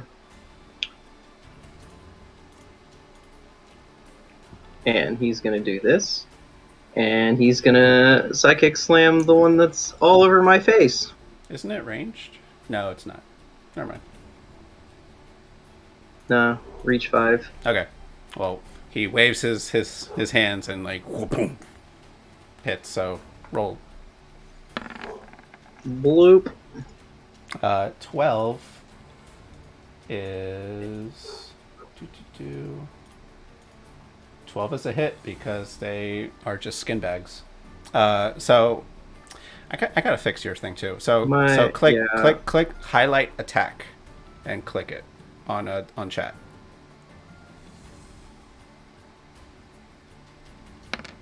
Oh, Yeah, that's weird. interesting. 14 psychic damage. Guess what? They're not resistant to psychic damage. So Psychic. So 14 psychic. You sense the flesh blanket on your face quiver. Make me that second attack. That hits. Bam. And bleh. It shivers, and then just slips off. Sloughs off. Oh, Yep. beautiful. And then you finally are face to face with this entity that you haven't seen before. But hey, you're like, oh hey, you're a smaller version of my patron. Yep. Not questioning that at all. All right. And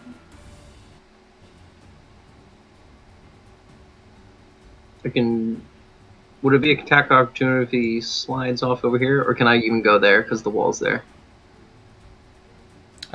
He can. Let me see that wall. Yeah, he can fit there. Okay, but he'll slide right there. All right. Cool. That's you, Yep, it's me. Lucia. Okey-dokey. You see your Pokemon rival throw out his Pokemon. Well, I must then instruct my Pokemon to attack this guy. Okay, the one that's against the wall, Yeah, it's too close. crabbing I don't like its it. way over. So close. Why not Zoidberg? Oh my god.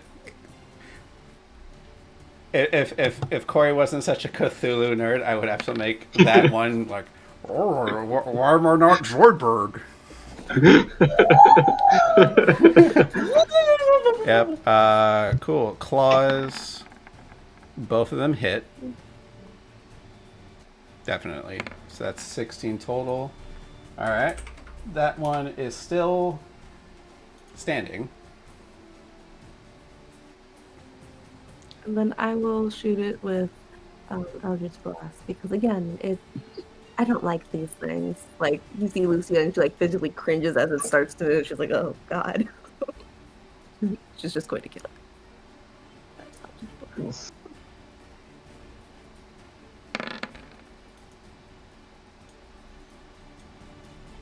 If I can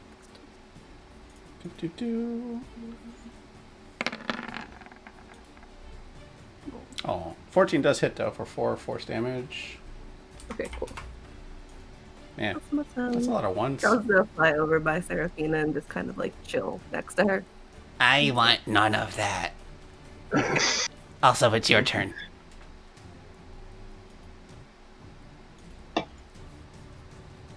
It's Poppy's turn. Alright, so can I get to like over here without attack of opportunity, or am I You risking? you will risk attack of opportunity. Actually, Because I'll be moving through people's spaces. you can always move through ally spaces just fine. If you go stepping into here, you won't occur attack of opportunity. It's leaving that space, you will. Yeah, I just want to get up next to one of them. Okay. Yeah, you can get up to both of them that way. That's fine. And stab.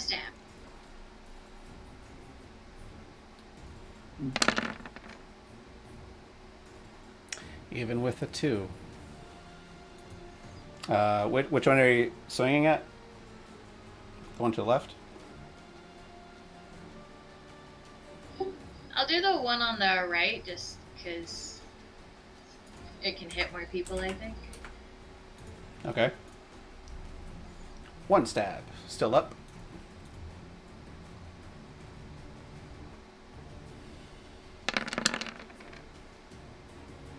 Two stab. It is gone. And I love that even with a 2, I can hit it, so I'm guaranteed to hit pretty much. Yeah. They have shit AC. They are skin. They had one good surprise round to do nothing. If Seraphina did not have that passive perception, they would have waited, and then like everyone would have been ganged up. But like that one's shaking. All right, cool. Anything else, Poppy? I'm done. Okay. It is my guy who needs to make a wisdom save at the beginning of his turn. They have a bitch ass normal 10 wisdom, so they definitely failed. And what was the damage again? It was 15 radiant. And final kill of that one. another save of a 9. So the last two get hacked to pieces by angry fey spirits. I was like, "You're gross!" Pissed off dwarf fairies. It's fucking great. You floppy bastards! And that's it for them. Beautiful. How long does that your glowy fairy spell last? Concentration, I think it's up to 10 minutes. Hmm. I'll double check it.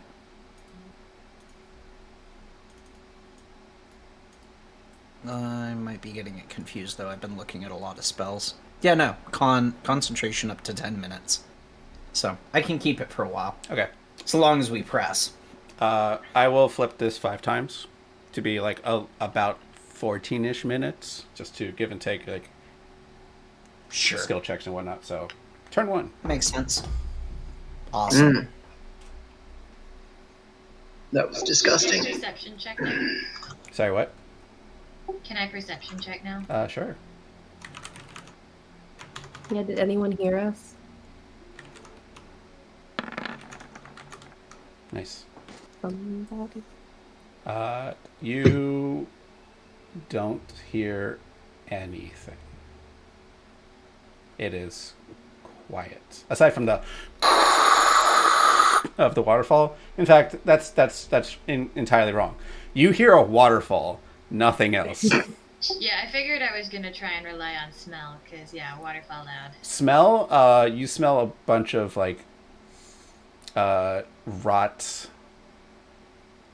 old blood, new blood. You can smell, like, spices? Spices? You Kind of spices. I wish to super stealthily walk towards the yellow light. Sure. Can I identify what the spices are coming from? No, it's very faint and like you just pick up on it because you also roll a 26. So, but you mostly smell like okay, there's a lot of blood and other rot that's not in this room. That's also coming from other places. Cool. Can I smell where the spices are coming from? Like, direction? Towards your left, more so. Like this direction. I want to sneak up with her, because I'm following my nose. All right, cool. Can I have a stealth checks from you two halflings, please? While they're sneak snapping, can I investigate one of the flesh bags? Sure. I guess I'll get. Let me get their stealths. Okay. Cool. Who's taking point? Okay. So Seraphina, you. Let's see what. You keep moving until you let me know where you want to stop.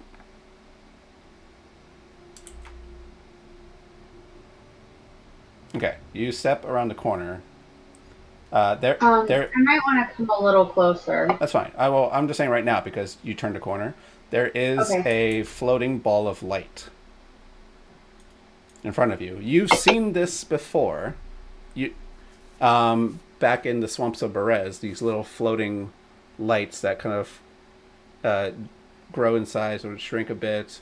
They are undead like spirits. You know these as will-o-wisps. That can They floated out of the water. that can like zap you. Somewhere.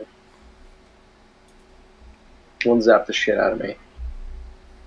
So It- there's one yellow. It's currently just like floating.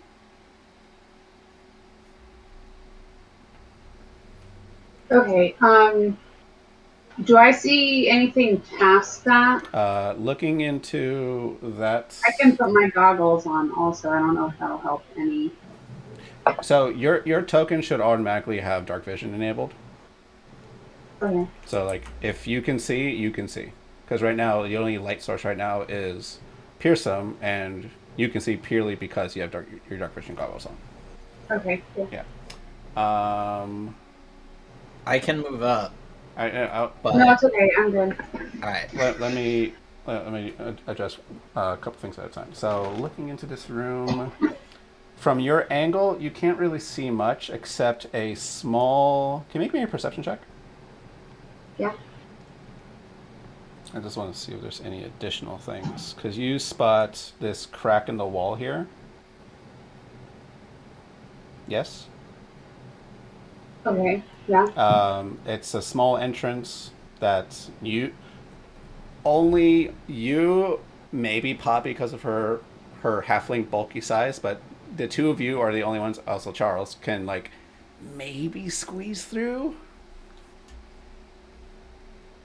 But otherwise, you don't really see anything in this section of the room. Okay. Back to Corey with your 20 investigation. Poppy can get smaller, by the way. You can get smaller. What are you trying to determine from this? One, why they moved and existed and squirmed and whatnot, and two, if they have any stuff left on them. Turn 2. They have no stuff on them aside from their skin and the little bit of flesh that is still attached to it. You probably guess that these were undead of some sort.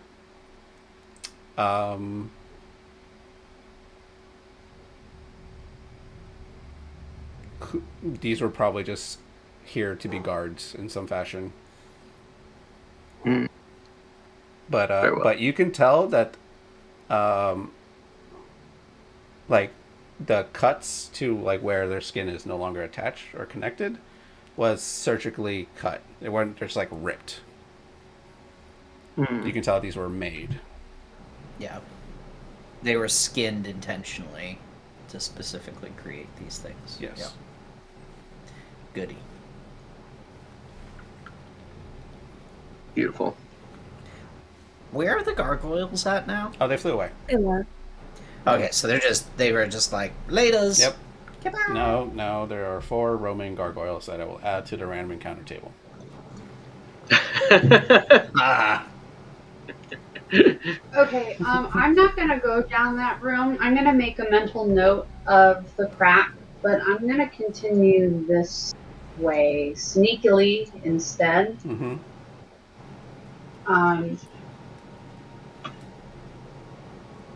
To about there. Similar fashion, there is another will-o-wisp in that room, but blue. And more in that room that you can see, right? Yes. What am I perceiving So, about? looking as you go through this tunnel, it opens up into a small cavern. At the northern end of this room, north would be down, but whatever. At the other end of the room, there is a blood-splattered wooden table covered in various tools and implements that are similarly covered in viscera. Next to the table looms a large wooden rack, and along the wall, swaths of what appear to be leather stretchers across damp, rocky walls. As you approach, you can make out the darkened silhouette of a bedraggled figure laid across the rack. The smell of rotten decay assaults your nostrils.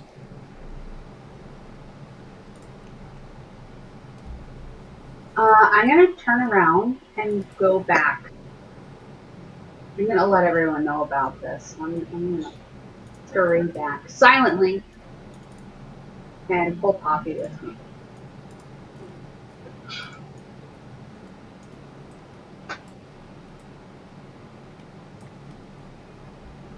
So y'all, 2 will-o-wisps, Corey or Bellator, if you remember those from the swamp. I don't like them. And stretchy body thingies that smell real bad. With the wisps? With the wisp. Well, one in wisp in one room, one wisp in another with stretchy body things. It's torture devices to make people taller. Oh. Not that I need to be tall, but Is there anybody else in there? Any other creatures? Just the wisps? dead thing? Are there any Did I notice if they were moving or anything? Or are they just really dead? Viscera would be like body innards. Yeah, blood, Okay. fluids, guts. Yeah, That is- like internal organs. Yeah, I don't know if that was the intention, but that's, I think, what that word You typically the means. the body, to the best of your knowledge and your passive perception, did not move. So you're pretty sure it's dead. Do you see like any other like passageways in that room, In like tunnels leading out, or is this the only entrance and exit? so I saw a crack in one room without the stretchy, gross body stuff. So there's technically 2 rooms. One will-o-wisp in each. And the yellow one, there's a crack that I feel like I could fit through.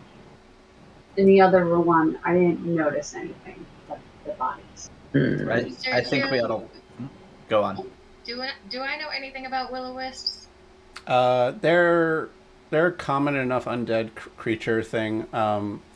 Will-o-wisps are theorized to be like wandering lost souls or spirits in places of dread or torment, and they're like in a way of like ghosts, but like not tethered to a place, and they just like these lights can like change their dimness or volume at will.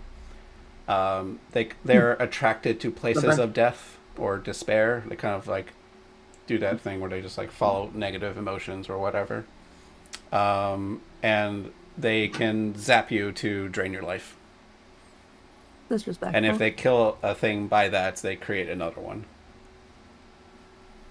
Oh. It hurts. Friendly at But all. they're not like super intelligent things. Like a ghost will at least communicate. A will-o-wisp is like the most barest form of it, but they hunger for life.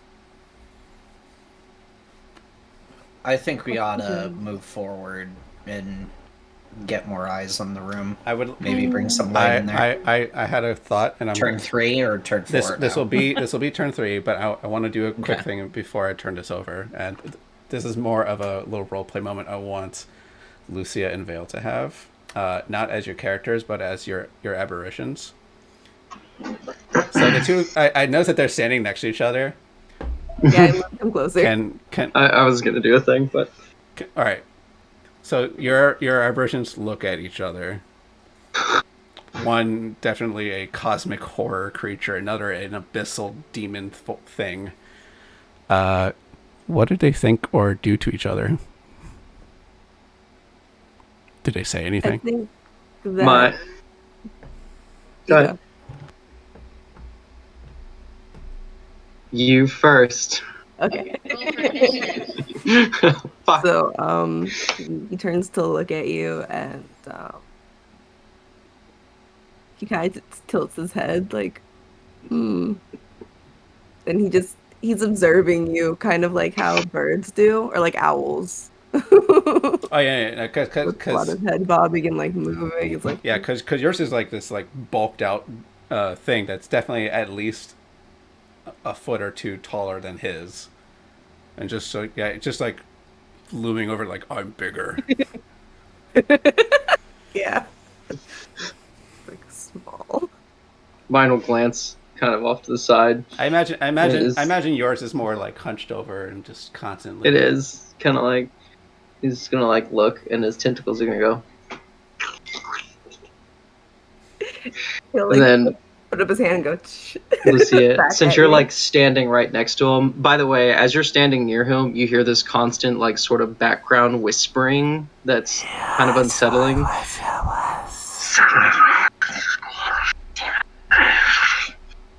Constantly, and you sort of hear some of that. You inferior creature. And they're just kind of like, huff, looks back away. I like add it up and down. So it's like just.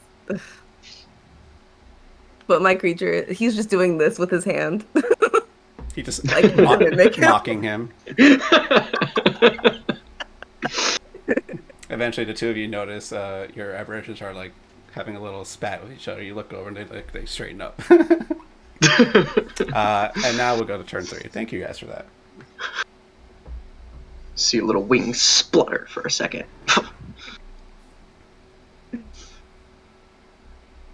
I almost touch him. Just like, just no.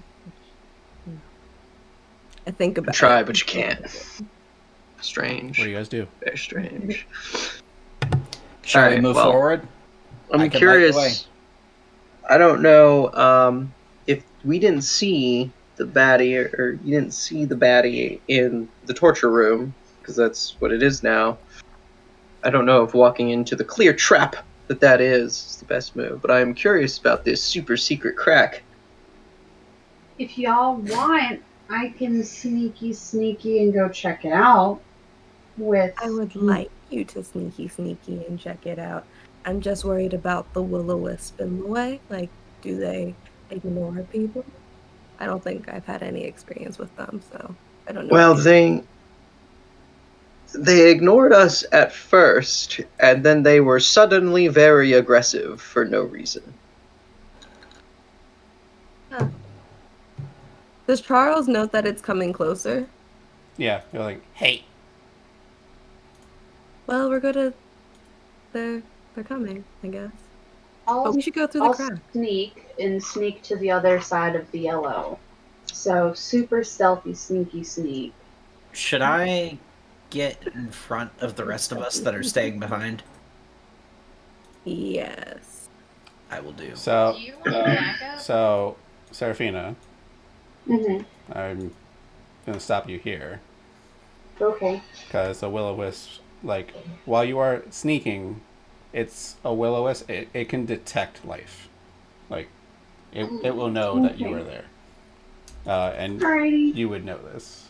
So if you wanted to change your plans, you can do so.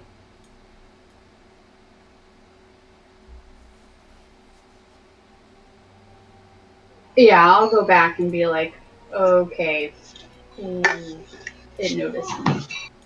Yeah, right now What shall we do? they're just hovering around like a very curious firefly. So we go for the crack and we pop it. Do we want to kill the will-o-wisps? We're probably going to have to.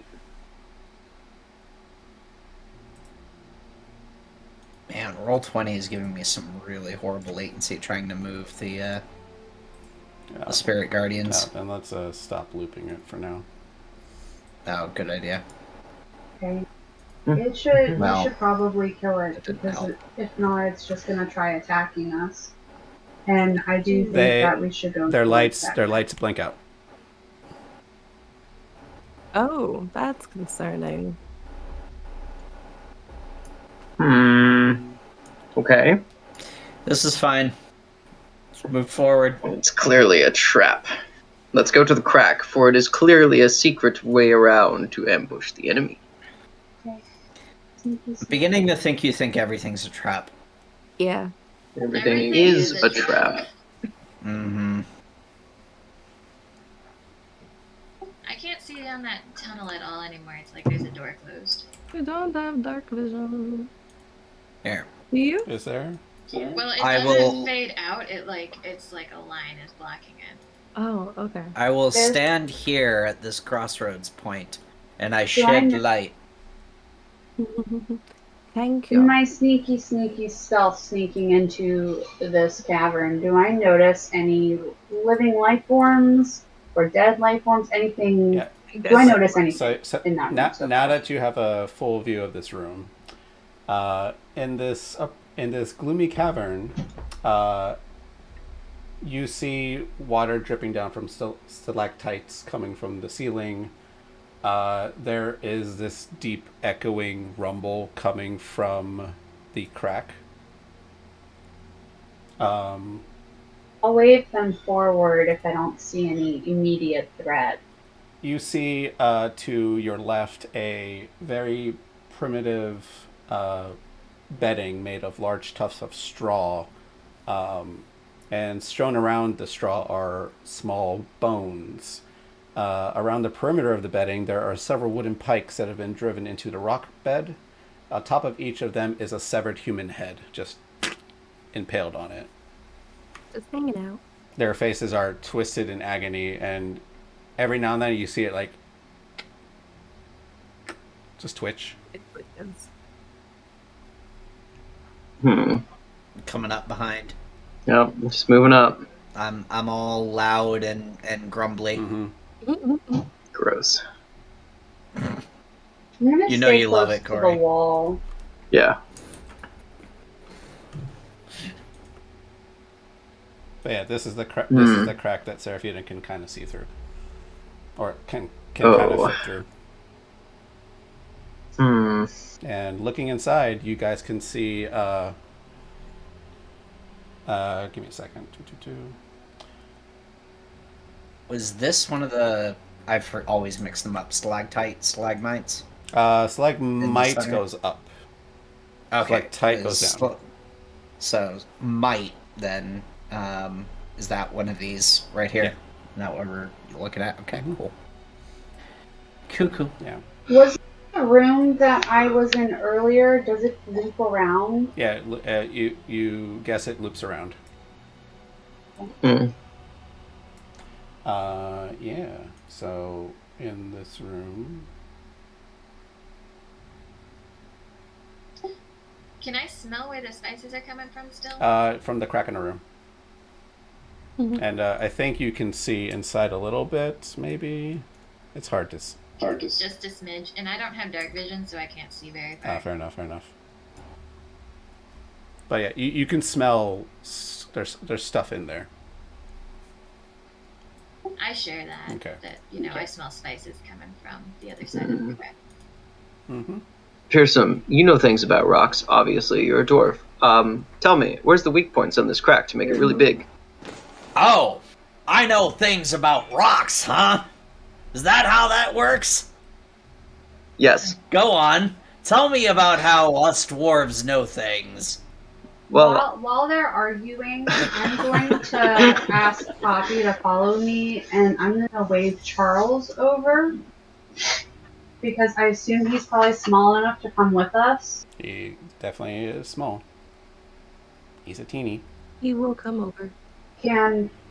I was going to ask Zoe if we can borrow Charles with that wave on. And let's super stealthily sneaky sneak a little into the crack. We don't want to go all to the end, but we want to be able to have a better... Well, is it like a crack or a little tunnel crack? It's a crack that it is probably 2 or so feet long, so you'll have to shimmy through a little bit. While I am very loudly giving Corey shit for judging, that I must know these things. No, it's exactly what a dwarf.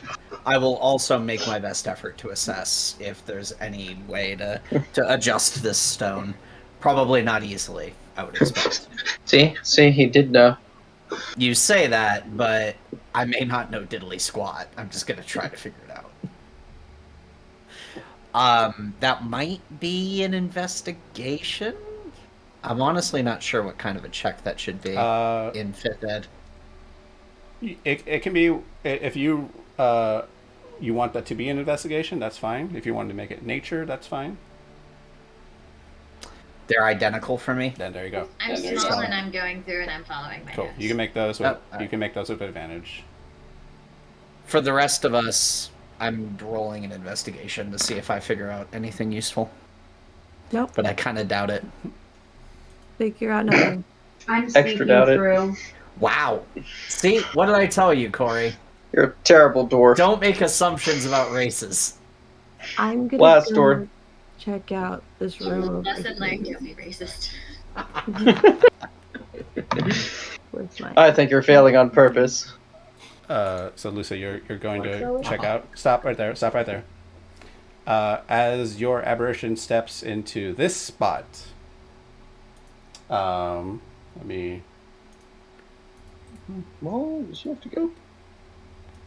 There is a trap in that spot. Traps. Where's the trap? I want the trap. Where are the rules for the trap? I want the trap. There it is. I need your aberration to make me a dexterity save, please. Okie dokie. Told you it's a trap. No, you didn't. Well, Is it Dex? Dexterity, yep. I always say it's a trap. So, as he steps there, the rocks crumble a little bit. Your aberration is then, like he sinks like a couple inches down. Nothing happens for a moment, but he doesn't react fast enough as this large iron cage falls out of nowhere and just traps him in it.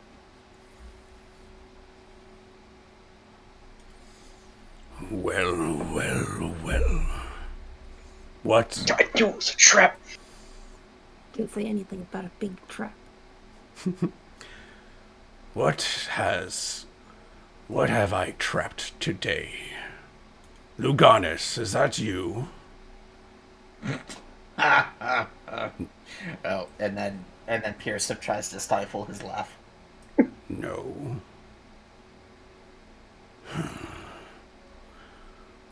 You feel a rumble in the stonework, and emerging in a flash of fire right in the center of the room, we see a hulking figure. Oh. We see, where are you? You are so Poppy, this is the creature you saw. A large boar-like demon with black feathered wings. Just in a blast of fire appears. That would be the master. And then looks at the cage and then looks down at you, Lucia, and he is towering 12 feet. His head is just shy of the ceiling, just looking down at you. Hello. He'll take his hand and just slowly bring it down to your head level, and his grotesque talon-like nails just gently, not so gently, maybe a little roughly, push the side of your face a little bit, just he's sensing your skin. It would immediately just go into a radiant burst. Fuck that. And what happens? I feel like you're doing this, and then we're going into initiative because this is where we're here. This is why we're here. I'm good. Right. We're here to smash the thing. Guys, I needed a short rest. About You'll that, get one. Mr. Warlock. This is the wrong time to mention that. Yeah. I thought about it after the flesh bags earlier, but it didn't seem appropriate then. Now I realize it was much more appropriate then. Yeah, it was. Turns out there's no appropriate time for a short rest. You just gotta fucking ask about it. Look, there's always time for a short rest. In fact, I'ma sit down. So what happens is you I said there take was 8 radiant damage, and Lucia's eyes, they glow, and then the cracks in her skin also glow brighter, and you see more cracks, and she just becomes this radiating. I think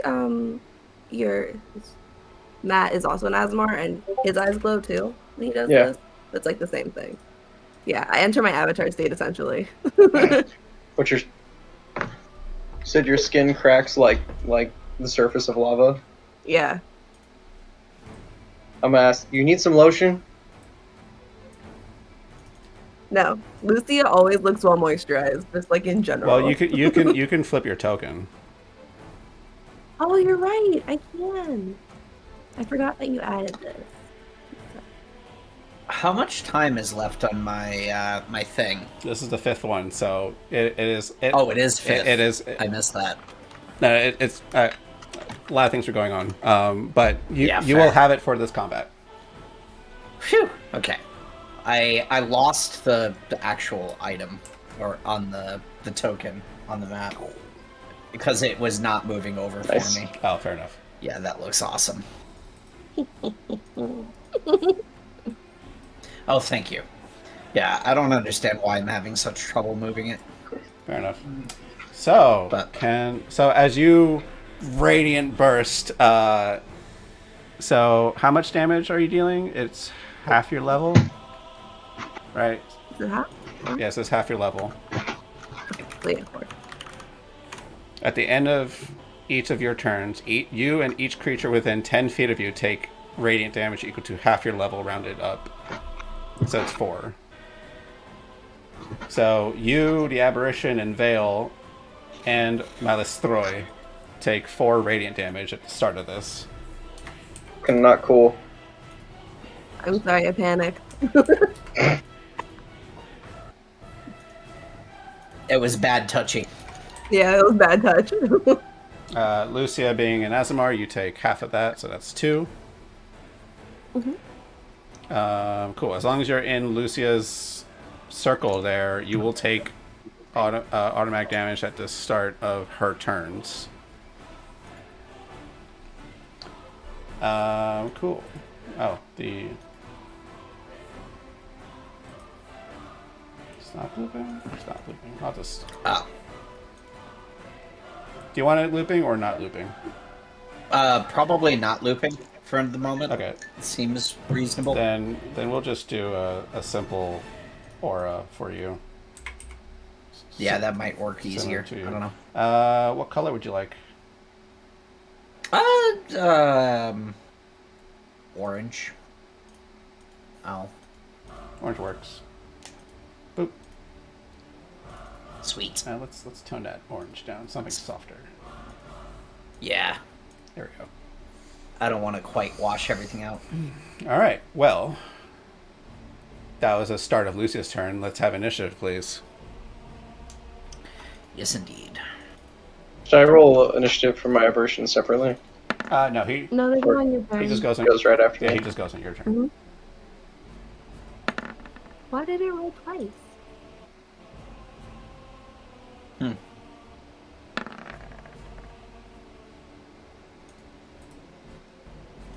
9/11. Well then. That is silly.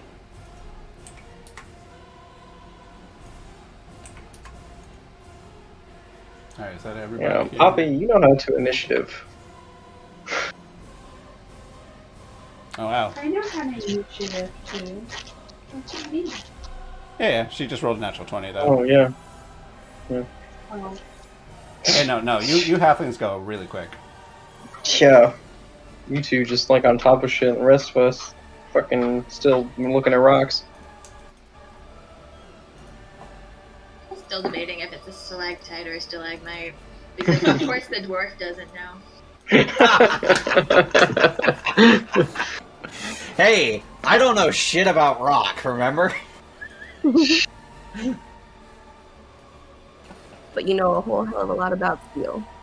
Yep, that I do know. All right. That's debatable at this point. So wait, what are those? So while I while have Lucia is doing her radiant burst, Poppy, since you rolled a natural 20, you get a surprise round. So you get to either do your action or movement this turn. I'm gonna use my action to go hybrid again. All right.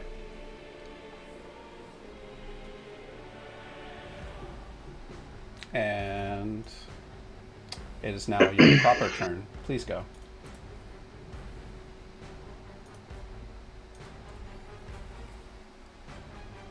Alright, I'm gonna move. I'm gonna right my rapier. And then I'm gonna stab.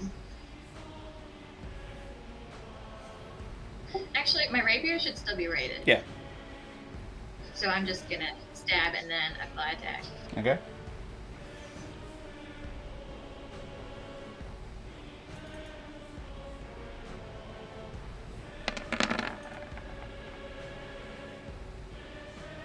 A 20 hits. Well, actually, give me a second. Yeah, 20 hits. I'm gonna run away and take a snack break. I like that you had to confirm that a 20 hits. That's concerning. Go ahead. That was 13. He...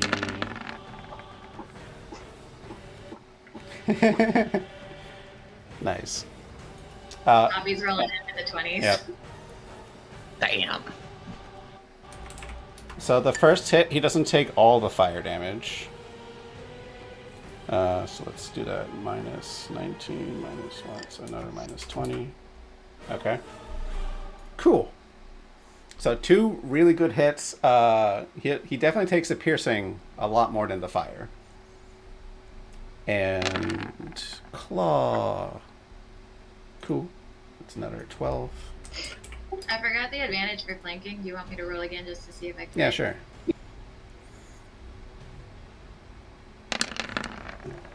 Good, you didn't.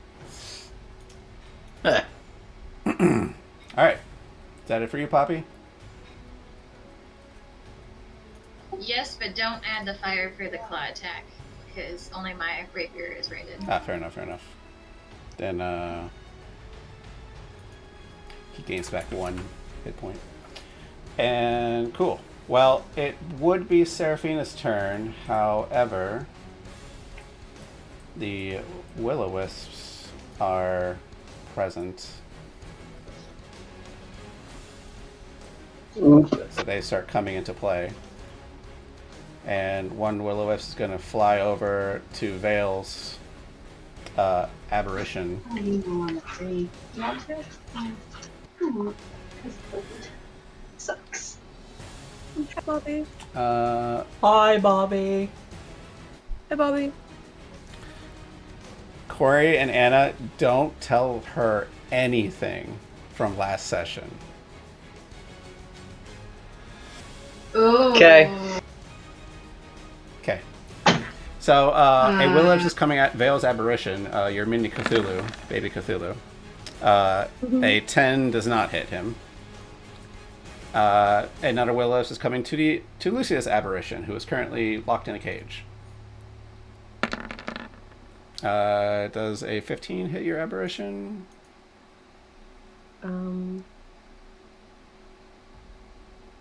Yeah. 7 lightning damage as they shoot a little spark out. Like those stupid fairies in Borderlands. Hate them. Effectively, yeah. Cool. Well, that was a will-o-wisp. Now it's Seraphina, then Pearson.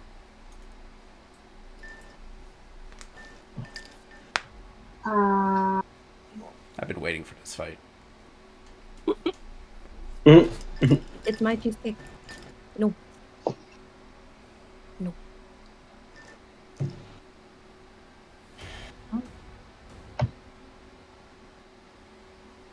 Seraphina? Yeah. I think I'm just going to fire my short bow at the big ass dude. I'm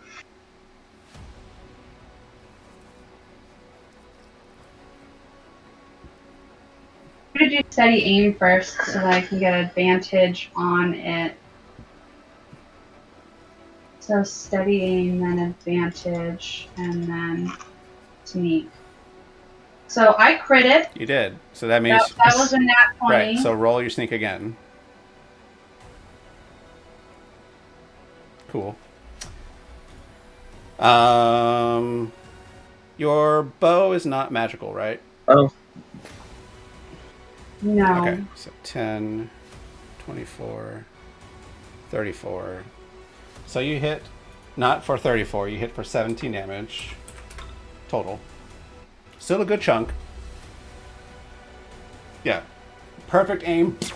It doesn't sink as deep as you want it to, and its tough, blubbery flesh just right into the side of its neck as it's looking down at Poppy and Lucia. Just looks up at you and just doesn't regard you. I don't like it. Cool. Nope. Anything else? No, that's it. All right, pierce him.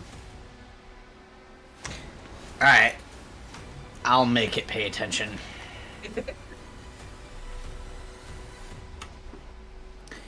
All right. I'm just going straight for the Warhammer.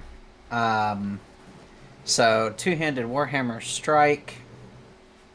Oh wait, do I have advantage considering flanking? Is that it? Do I have that here, or do I need to be opposite? Lucia and Poppy are flanking. Yes, because they're opposite each other. Okay, cool. Correct. Yeah, so I don't have that. Cool, no worries. So normal roll. Also, And probably then- best not to stop inside Lucia's little skull. Yeah, you will take radiant damage. How much was it? 4. 4. Just 4 flat. Yep. Yeah. I'll risk it for now.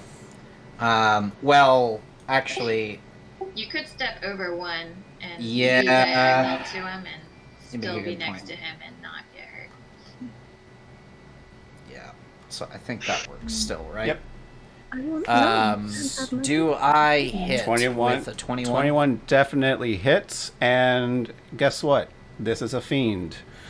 So, the extra radiant applies. The Oni is not a fiend. It is technically a giant. Oh, I didn't know that. Okay. The blessed strike will also come into effect. Yeah. Yep. So that's Rolling currently 19 total damage. Right. The That's 19 silly. at the moment, and then an additional 7. So 26. 7. Nice. Cool.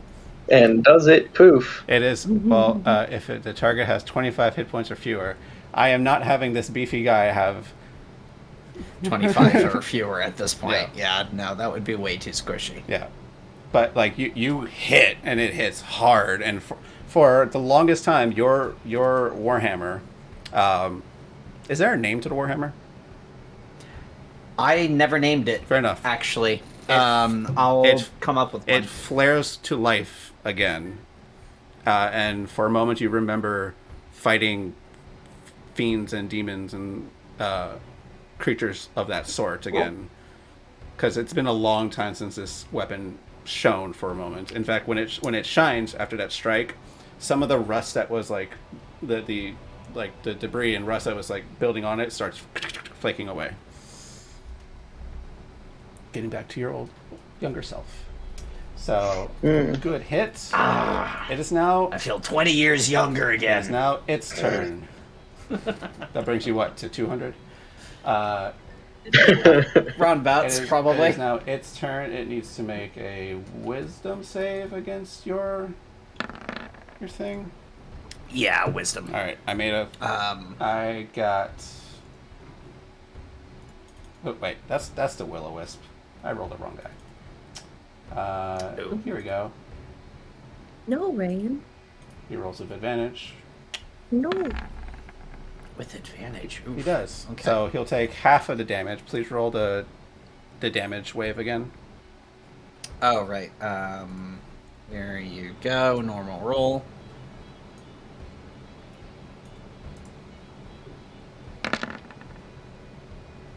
So 16, he'll take 8 radiant damage. 8 radiant.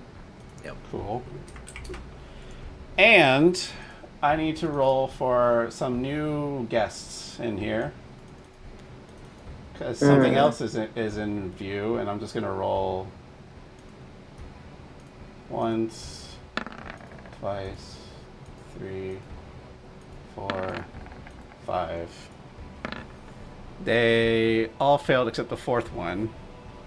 So those heads that were like just meandering around, they get all pissy from hitting them. So 1, 2, 3, 4. It's the only one that succeeded. That was what, 16 damage. So he takes 8 radiant, and then the rest takes 16 radiant.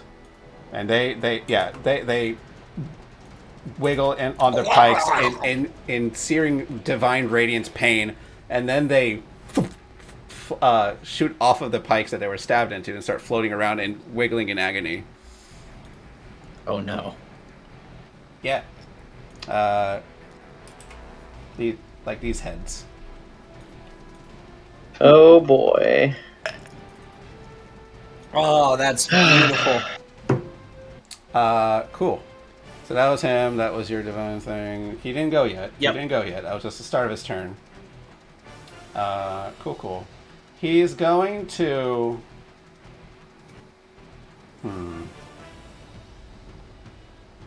He's going to take out...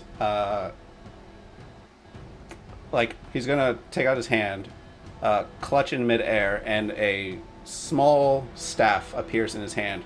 Definitely way too small for him, but a staff appears. And, holds it like a club, basically. He's like, I've had enough of this. And he's going to cast... he's going to move... He's going to 5-foot step over here, down... Actually, no, he'll move back. So, Poppy and Pearson and Lucia, if you wish, you may take an attack of opportunity. Undala. Since he stepped into my aberration space, can I attack? Can the aberration attack him, or can we just... Oh, that's true. He wouldn't do that. He'll go here. It's just Lucia. Okay, Cool. 21 hits him. He'll take that 9, 4, 13 damage. You can't do Eldritch Blast as a reaction. Oh. Because you don't. Do you have Warcaster feats? No. Okay, then it has to be a melee attack if you want to do an attack of opportunity. 22 with the Warhammer definitely hits. Is your Divine Strike? Does it say once per turn? My Blessed Strike is indeed once per turn. I haven't added that. This is his turn. So it counts. Well, I can't use it again. The way the language is written, I can't use it again until the beginning of my next turn. Oh. So I can't use it during his turn either. Okay. Yeah. Because there's a weird ruling as well for sneak attack, for example. That's a way that a rogue can sneak attack twice. Because it says you can sneak attack once per turn. So if you have an attack opportunity as a rogue and you hit, you can sneak attack with that. Yeah, the way that this is written, I don't think that's kosher. Okay. Well, if it says if it says at the start of your turn, then yeah. Okay. Yeah, once I deal this damage, you can't use this feature again until the start of your next turn. So yeah, no touchy for me. That's cool. Lucia, you reach out with your knife and miss. But the other two, Poppy and Pearson, definitely give nice hefty blows to him, and that's just pissing him off. So, let me double check. Yeah, he's going to take out this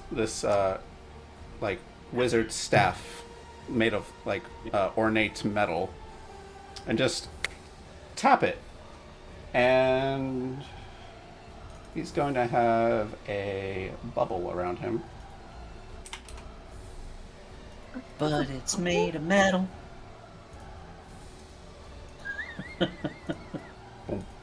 Not that he gives a shit about fire damage. No. But he taps it, and actually, no, that's not.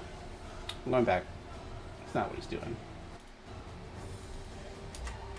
I'm doing my strategy all wrong. He's not going to cast that. He's going to do 60-foot cone. I need a cone. I need to see how many people I can affect with this. Give me 1 second, folks, as I prepare your doom. Doom in preparation. Please stand by. If only we had the little hourglass. Ha! No. Can I take a short rest now? There he goes. Now he's taking he's taking the literal definition of my advice. Ask and you might receive it. Okay. I did tell you I sat down a while ago. Yeah, it's true. You're sitting on that little rock over there really well right now. Yep, I got that stalactite so far up my ass. So this isn't a perfect demonstration of it, but he points his staff out, and a blast of cold, chilling air just envelops this entire space. Pretty much everybody, including 3 of the heads. I need Constitution saving throws.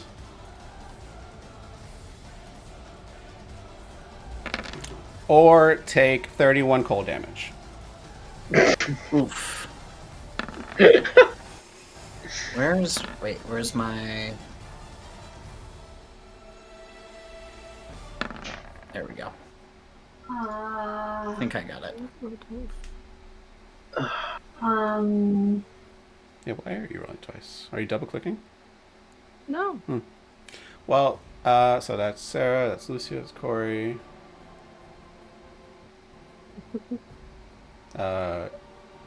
Charles.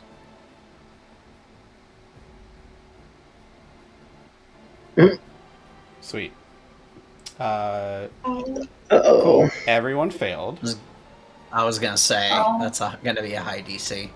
So Uncanny Dodge is only for attacks. Yeah.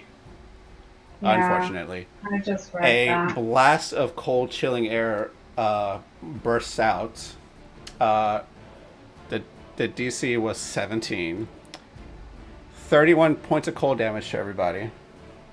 Please. Charles, I know, goes away. Poof.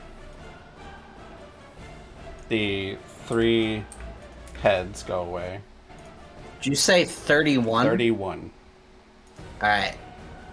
I don't know why he's not showing Never Whisper rolls. There we go. Ouch. Jesus.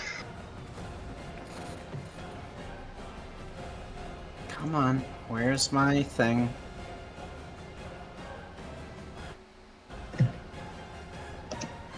Alright, screw it. I'm just gonna do the math myself. And that's... I'm still up, Fuck. Cool. technically. Can I... Are we doing cards for this? Can I do a card? 4. Does a card apply? When I take... Hold on, let me double read it. I'll drop in the thing. Oh, can I use this? When you take damage from a spell effect, you can play this card as a reaction to take half the damage. You could attempt to do that. Master of Swords, or you play this card as an action. Okay.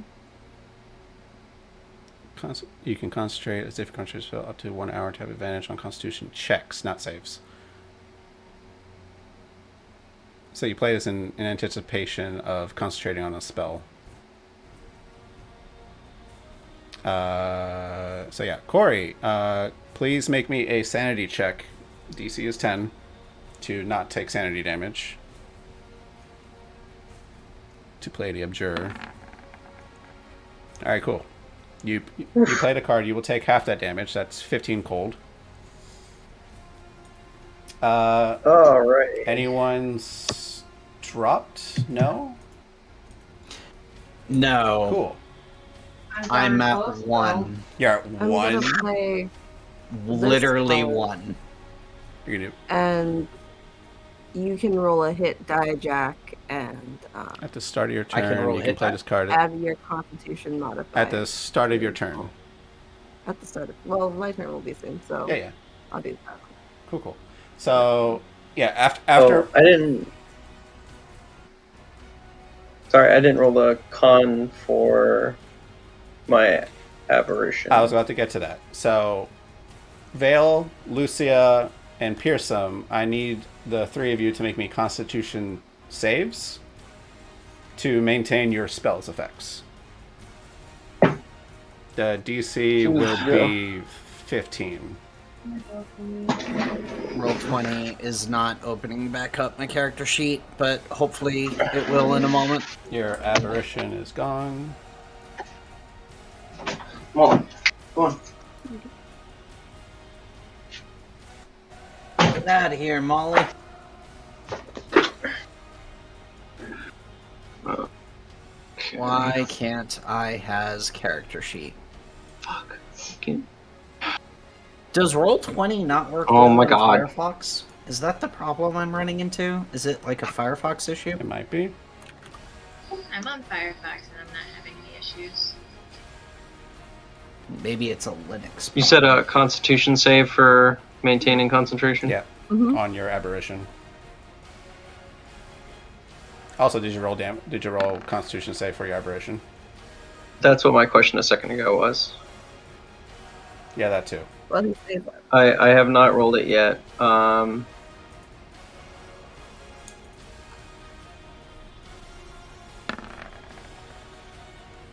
That aberration critted. Cool. He'll The void does not care for cold.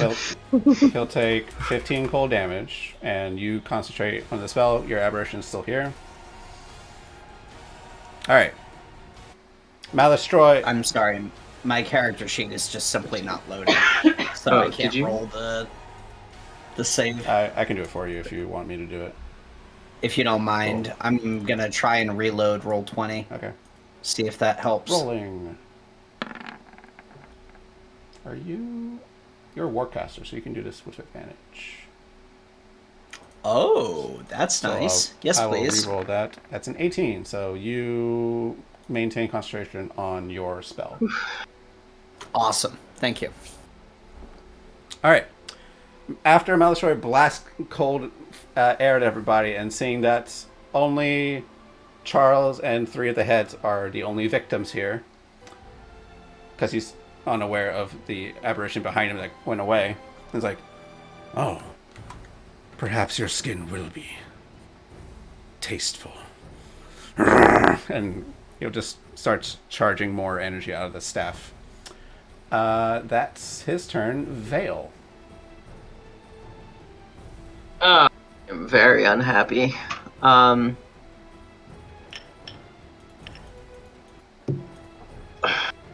Fuck. I'll point, and he'll hear some whispers. I'm gonna hex curse him or mark him. Okay. I'm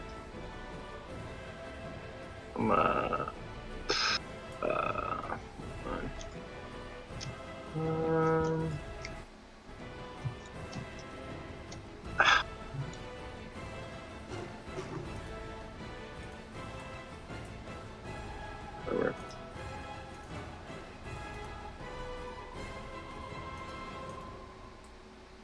Wow. That's so weird. After refreshing, roll 20 is now so much more responsive. It's wonderful. I'm sure it'll be short-lived. I must slide over here. And give him the what for.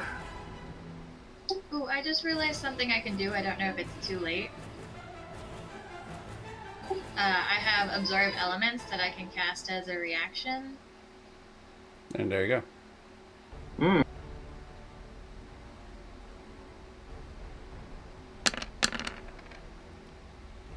Oh my god, even the dice rolls are so much faster. I don't know what changed. One swing. All right, so Sarah, you'll take half damage, and now you're going to do an additional d6 or something, cold damage, something like that. Double check your spell on it, but you would have taken half damage from that. 25 definitely hits. So Okay. that's 18. And that should be a crit, because it's a 19 on the die, and he's cursed Ah, correct. or marked. So Next. roll. Oh, I'll just take the damage from above, if that's fine. Or do you want to re-roll it? That's fine. All right. That works. So Exploits That's all curse. magical. Yeah. That's 34 damage. Right? Yeah, you would crit on it. Alright, 34 damage.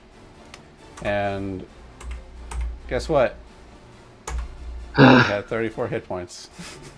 You motherfuckers. So, describe your killing blows, please. You guys and your crits. Oh man. Okay. So, Blast of Cold comes out, right? Mm-hmm. And I feel like a lot worse than I was, and then there's a flash of stars behind me. And then I don't feel as bad as I thought I was going to feel suddenly, which invigorates me to charge in there and slip around glowy pain from Lucia there and slip up under him and go for the taint slice. And then when I get behind him, I hop up and I go for the back of the neck. Yeah. All right. As he falls down. As he falls down. Just gushing blood. He looks up. He drops the wizard staff in front of him as it clinks to the ground. He's like, No! I will not die in this place.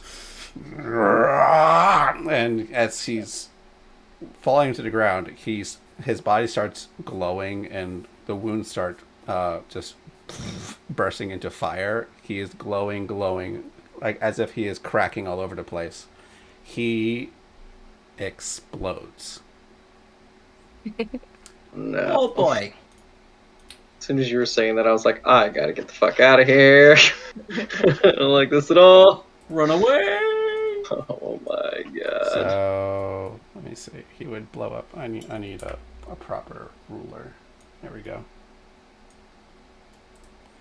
To the back. Please tell me I can dodge this shit. You are outside of that range. Oh, I'm still conscious. I need Vale, Lucia, and Poppy to make me dexterity saves. Por favor. Oh no. That's better. I'll take that. Yeah, pretty damn good. All right, cool. Well, the DC was 17, so hooray. He just explodes. Pieces of him fly everywhere. It is 28 points of fire damage if you failed. Half that if you succeeded. And he is no longer here. Oof. Is Lucia still up? Lucia is currently dying. What's your max HP? What was your HP at? 20. Before the explosion. 20. Okay, cool. Then it's not massive damage, instant kill. You're just at 0 dying. All right. Well, given that you have a cleric nearby who is still present. Was gonna say, doesn't she have resistance to fire? She's still a tiefling. I'm not a So you tiefling. still. She's an Azamar. Oh, that's right. The other thing. I have, I'm a little devilish. She has friends from the other side. All right. Keep thinking you're a tiefling because you're one of the 3 warlocks. Are we out of combat now? I hope so. The heads are just like in vicinity. Oh yeah, the will-o-wisps, they would have blown up too, so whatever. And the blue will-o-wisp just like flies away. This shit, I'm out. And we hear a tiny little fuck this. Nope, nope, nope, nope, nope, nope. Nope. So what? So, what were you saying about a short rest? Well, let me get the party member conscious first. I'm gonna do a cure wounds on her. Okay, Get her back going again. At level 2. cool. Before that happens, as you're Okay. doing, you're like, oh god, like yeah, you Wish, gently you know. put down your warhammer. The divine glow in it starts to fade a bit because the battle's over. Vale, you're still. Oh, can I have Vale make me a Constitution save again to maintain concentration on your aberration? Yeah. Because you saved against the damage, right? Yeah. So that would have been 14. The DC's 10. You're fine. Your aberration's still there. Eat her brains. As you're going over to do that, we're going to cut over to another moment. Lucia, as this battle was going on and it exploded, what are Lucia's last thoughts as this inferno that you see is coming to kill you? What's the last thoughts she has? I think you'll just be like, oh shit. Oh shit. Straight and simple. Cool. So, in this dark place that you're in, you, as you like, you feel your subconscious, your consciousness slip into unconsciousness as you slip and fall. To you, though, you feel yourself caught, and as you're in this dark place that you can't tell what's here, you smell incense, some strong perfume. And as you come to, you're held by two arms. You look up and see a very dark, like almost I forget the name of it. A very dark, kind of a slate skin tone. Onyx. Onyx, there you go. Like an onyx skin tone. Very large humanoid figure. Fine clothing. The room that you're in lights up faintly with this dark green and blue torches. It just illuminates the room. And you see this onyx figure with these small horns that kind of form a crown around his head. These deep yellow golden eyes behind, and this very almost unearthly beautiful face looking down at you. You know who this is. My lord? Princess, why have you come to me so soon? Because he exploded. That's Malfeshni. They're quite volatile. And he'll move you towards this very like a canopy kind of bed with like these dark purple blue silk sheets and drapes that are everywhere, and just gently puts you down. And he is standing a good 9 feet tall, in like a kind of like a toga kind of thing. And for a moment you've never been here before, but you also can't shake the feeling. Can I have you make me a sanity save? Sure. Please.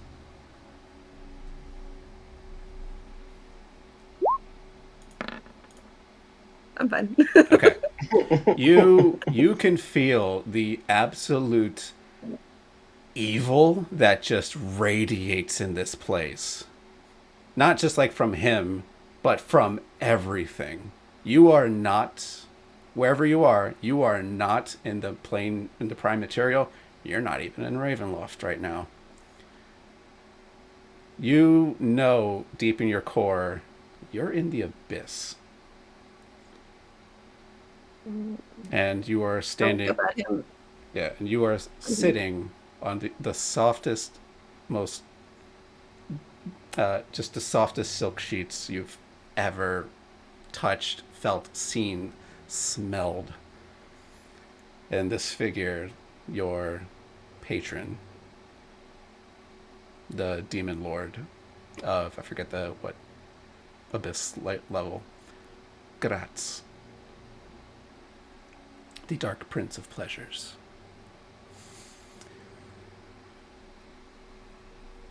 No, and he looms over you. Your business is not finished, my angel. And he'll like wave his hand a bit, and there's like a small illusion window as you see your new friend. I don't know how you would call him. Pearson leaning over, and like it's like slow motion there. He's coming over with like a cure wounds, and everyone's like huddled over your body. In fact, this is a silent thing. What is everyone doing around Lucia?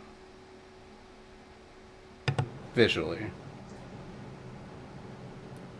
Going straight for the I heal you. Yeah. With the slap.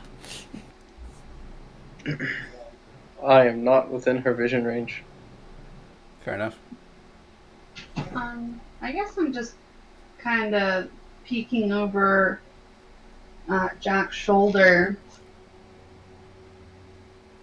checking on her. Okay. Yeah, pretty much the same. Like, I have no healing abilities, so I'm trusting him to do his thing. Yep. Corey will understand. Get the fuck up! So he shows you a small window of that happening. You have good friends, it seems. Are they useful to you? They can be. Now. And he like puts his finger under your chin. You're going to get me something exquisite from that place, no? Yes.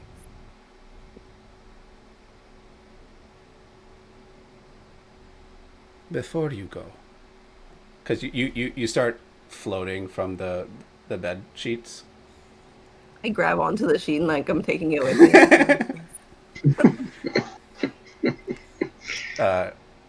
You're pulling it now. He'll say, I have a favor for you. A favor? I request one, if you so choose. My, what shall you call her? Daughter? She's somewhere in Barovia. You should find her.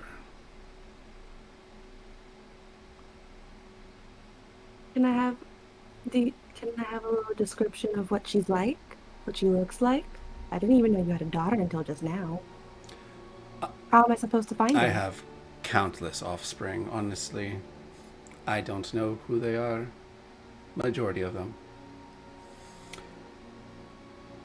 But this particular daughter, like, you know about her, so like, how do I find her?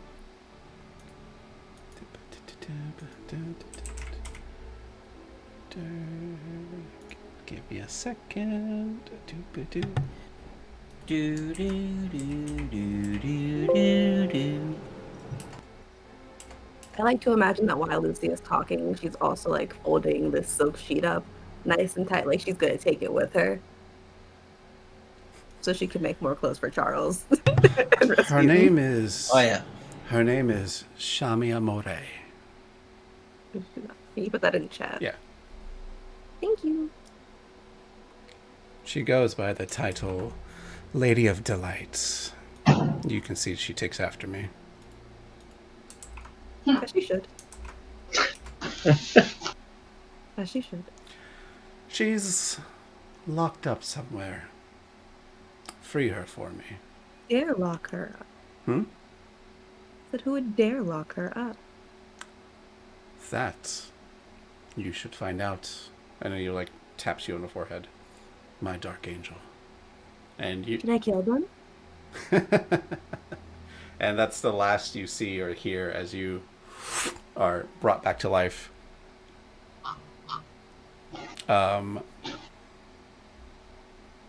Yeah, and at Pearson, you lay your hands down, cast Cure Wounds on Lucia. She pops up open and awake, and after the burst of divine energy, that divine energy fades away, and Lucia, you're holding a small bundle of silk. I just hold them. Thank you. And I put it away. Thank you. Thank you very much. All right, now that you're done, I'm gonna do me.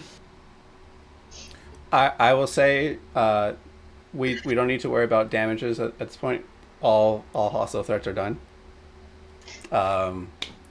So we'll just go through the epilogue steps of this. Eventually, you guys poke around.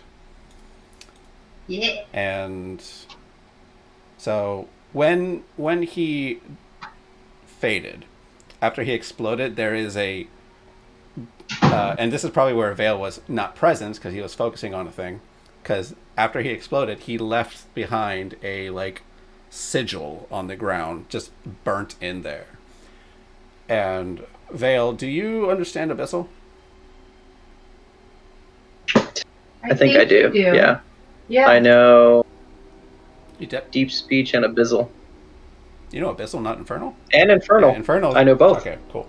You definitely know that this is a like it's Abyssal. He is a Nalfashni, a very high tier demon. Mm-mm.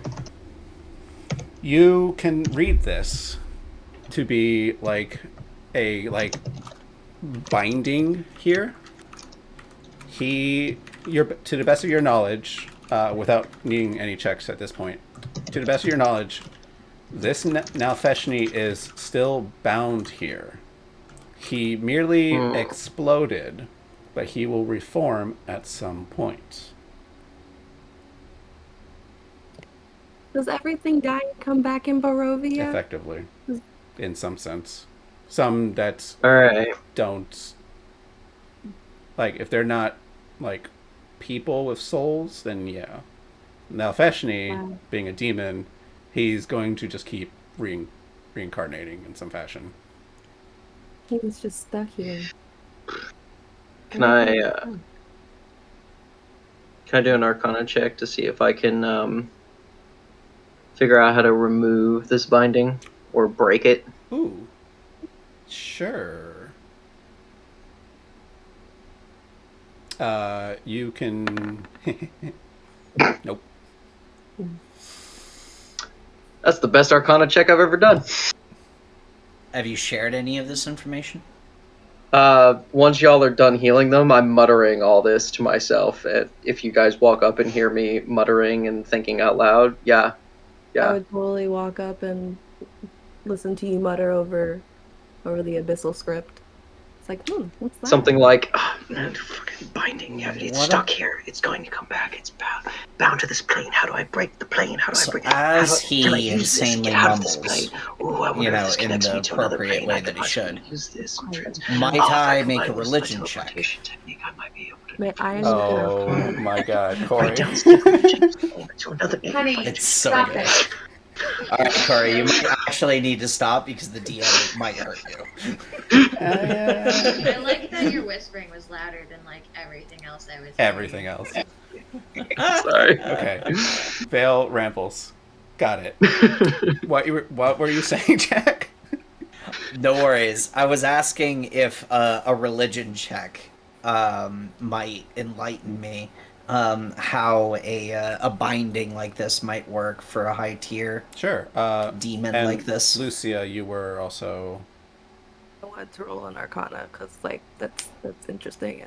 His mumbling makes sense to me. Let's do it this way. You can either assist each other or both roll. and I'll do. Actually, yeah. Let's have both of you roll. So religion and Okay. and Arcana. Damn, Oh, my rolls oh suck. God, My rolls are bad your today. rolls are bad today. Did it? Oh, right. I didn't see the pop-up, apparently. There we go. You know what the fuck is going on. I might. Diamonds. Them diamonds! Yep. So Vale and Lucy are probably thinking about this like an arcanist would. It's like, how do I control this sigil? You know, like, all right, this is a demon. We don't want to control this. We just want to destroy this thing. So you you mutter a prayer to your deity. Your hammer glows, and you're like, all right, fuck this sigil. And you strike down at the right sigil that you think it is, and you just rupture it, and then the whole thing like mini fireworks bursts around, and it breaks. Gimli style with the one ring, except it actually works. Yep. Smash! Yep. You look over at the two demon nerds, and like, nah. Boom. It Lucy blasts. jumps back a little in shock, like, didn't explode again. Okay, cool. So there is also the staff that the Nalfeshni dropped. It's pretty cool. That was clearly magical. Very. It's very mad. I'm gonna be like, I wasn't done with that yet. No, Meanwhile, don't fuck with it. Since Lucia's up and walking around, is there any other loot in the room? Yes. Yeah. So, and this is where I'm just gonna go through it. I know you're gonna rummage through it. You and Poppy are the only ones who can like squeeze into this space, and I'll just move both of you in there. It is a small room filled with various crates and things that like should not fit through the thing, but the demon probably figured out a way to throw it in there, teleport it, whatever. He was just making a little hoard for himself. And I'm going to say, give me a second, I need to copy paste this stuff. So here's what the staff looks like to everybody. Ooh. Looks I like like it. some Saruman shit. Looks like a toothpick. I like it. Mm-hmm. I'm going to assume only Jack knows what the fuck a Staff of Power is. Maybe. I, the player, have an idea, but I don't really have a clear one. Fair enough. So, yeah, as you guys are looking through the loot, I'll just run this through everybody.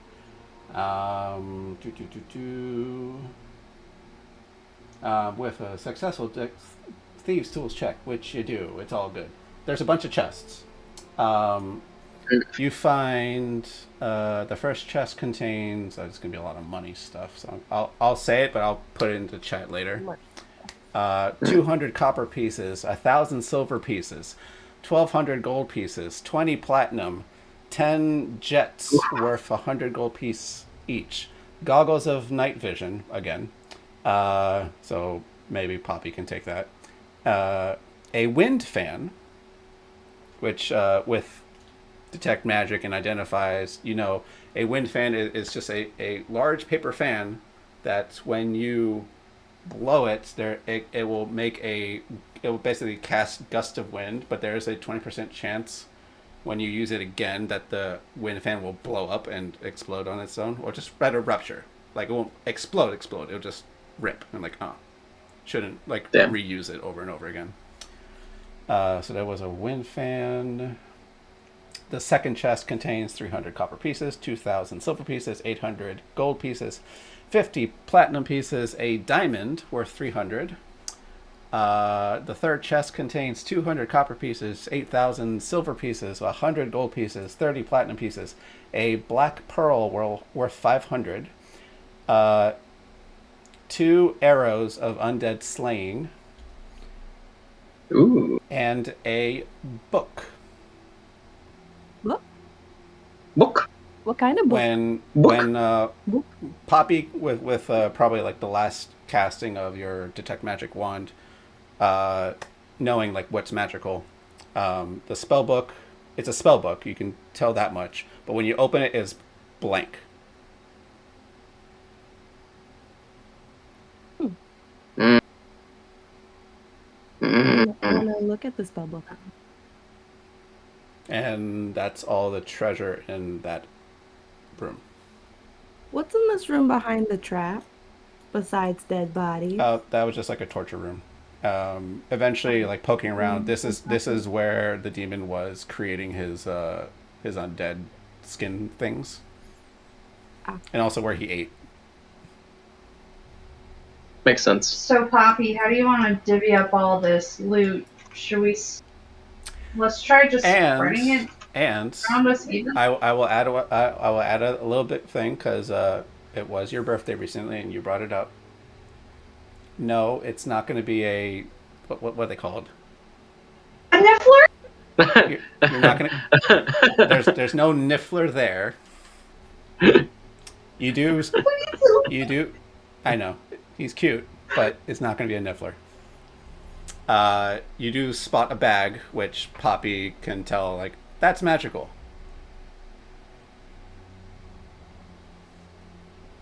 Do I have a bag of holding now for my birthday? Yeah, find one, and now both parties have a bag of holding. I feel like a Niffler would have fitted her character better, but okay. I'm not gonna have a pet bag of holding. No. He's so cute. It would just be a pet gold finder. No. I will. Bags of holding do not find gold for you. No. No, he doesn't find it for her. He finds it for himself. She has to find it away. Yeah. No. It still finds gold. Nope. Still a problem. Okay. A bag of holding is an acceptable compromise. You just have to get a pet that you teach to carry around the bag of holding. A naked mole rat. I will say the bag of holding wasn't its own separate chest that you had to unlock. But you did, because whatever. Well done. Is there anything in the bag of holding? Apparently, no. Nothing. It's an empty bag of holding.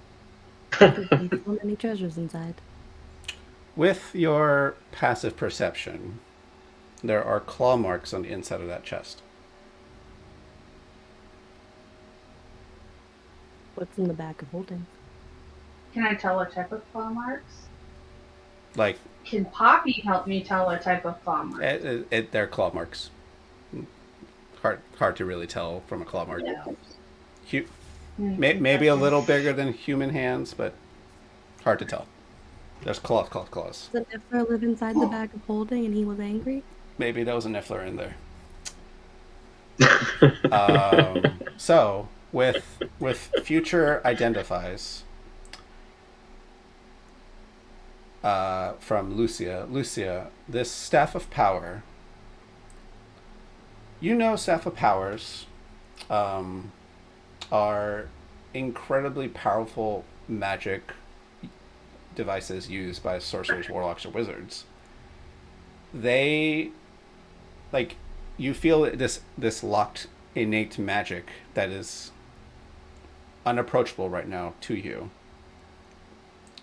You get a small glimpse into a vision from it, kind of similar to Grim Psychometry. And we'll just go with, Poppy, you can only do it once per day, right? Okay, well, Identify can give you a little bit. You see like a first-person view of this man holding the staff two-handedly, floating somewhere up in the sky over the woods of Barovia. And floating maybe 50 feet in front of him, you see Strad Vanzarovich floating there. The Mad Wizard staff. And then you see as he raises his hands, the storm clouds raise above him and lightning shoots out.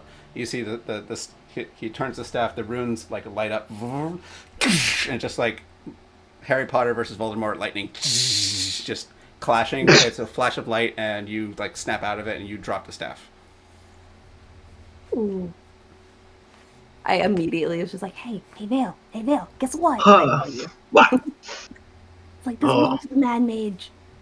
Shit. We're trying to go find him. Me too. I want to look at his spell books. So you Oh. kind of piece together that since you know the Mad Wizard fought Strahd over Sir Falls and fell there, that's where his staff and book fell. And then he's lost it since. And this demon just found it and kept it. Lucky bastard. Not so lucky. Yeah, he totally cast We don't a have to- 5th level cone of cold at you guys. Yeah. Yeah, it felt like a 5th level. I tried. But you guys hit way too hard. I was gonna say, Serge, are you feeling the pain that Alan felt for years with our Mythic campaign? Should I take out my Tiamat? My No, Tiamat? no. I'm subbing in a character that day. Vale's taking a break. I got a new guy. Sacrifice to Fair Tiamat. enough. You just have to hit us psychologically. You can't hit us with combat. Yeah. It's gotta be No, psychological. you need to shut up. That's what Alan had to do. Yeah, I'm because we for reached you a point for where it that. was like it was pointless trying to kill us in combat. It wasn't gonna happen, so he had to kill us emotionally, and it worked. So Lucia, you know that much. You know that there is an entity Gratz wants you to find. I gotta go do a thing. Go find my daughter for me. I can do that.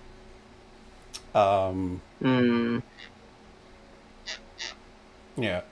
The Should have asked. the only thing you know is that she is locked up. Mm-hmm. That is all I know for now. At the moment. Did she tell us about that? Did you tell us about that? I told you nothing about what Gratz told me to do Okay. yet. The only thing new is that she has these new, very velvety blue, purple. Like it constantly changes hues of purple and blue, silk shades. Yeah, like you saw me reappear with a bundle. Like I was dead, and then I had silk. I haven't got around to asking about that yet. I'm very distracted. One thing at a time. Poppy, I'll say your keen senses just pick up this very pungent perfume coming from it. It's just like, ugh. Eventually, you all make your way out of the waterfall with trouble. There's no gargoyles to help you at this point, but hey, rappelling down should be easier because it is a fall, and if I have rope. Yep, with rope and climbing and whatnot, you guys eventually make your way out with loot in hand and everything thrown into a bag that you can. I will post the money amounts for you guys later. You guys can discuss what you guys want to do with that. And you guys eventually make your way back to the Vistani camp. And you know what? We'll just go to this map, and this is where we'll wrap up at the Vistani camp, so we don't go too late. So, as you guys get back, no Grigory. He's dead now. Yeah. He never really existed. No. I like that he keeps coming back. It's like I had. It's his ghost. It's like I had a token for him. As you guys come back and inform the Vistani troop here of, do you guys say everything? Yeah, I feel like we would Like tell what them the loot. everything that happened. We don't tell them what? About the loot. Yeah, Oh, we don't tell them about everything we found, but we do tell them Gregory was a fake, and there was a demon, and we blew him up Care of it. with holy smiting. I demand a beer, and I go back to my work. You are given all the wine, all the ale that you require that they have. Perfect. those that are trained in some kind of healing skill do tend to your wounds a little bit. Oh, thank you. And There's only so many spells I can do a day. God. in fact, Relamir, he'll cast a couple of cure wounds to people. Just mend some wounds. You inform him of the monster, and they all they politely bow their heads. When you mention what happened to the bodies of the Barovians and Vistani alike, at the mention of dead Vistani, they have a somber, quiet moment where they kind of like like maybe a somber respect or mourning, they kind of bow their heads, and they seem very sad about this. And more so, in fact, than you've seen, like, most people really sad about this. And when you inquire, like, what's going on, Relamir will inform you. Not Madam Ava. Huh? She wasn't there. I see where your train of thought went. Yeah. Let him continue. Sorry. Yeah. Did I say Madame Ava? No. No, Well, she was just jumping ahead to, oh no, he's about to say Madam Ava. That made Madame Ava died in that group of Vistani. Oh, no. It was the conclusion she just drew, but that was jumping a little ahead. I apologize. I tend to do that. It's all good. It's all good. Relamir says,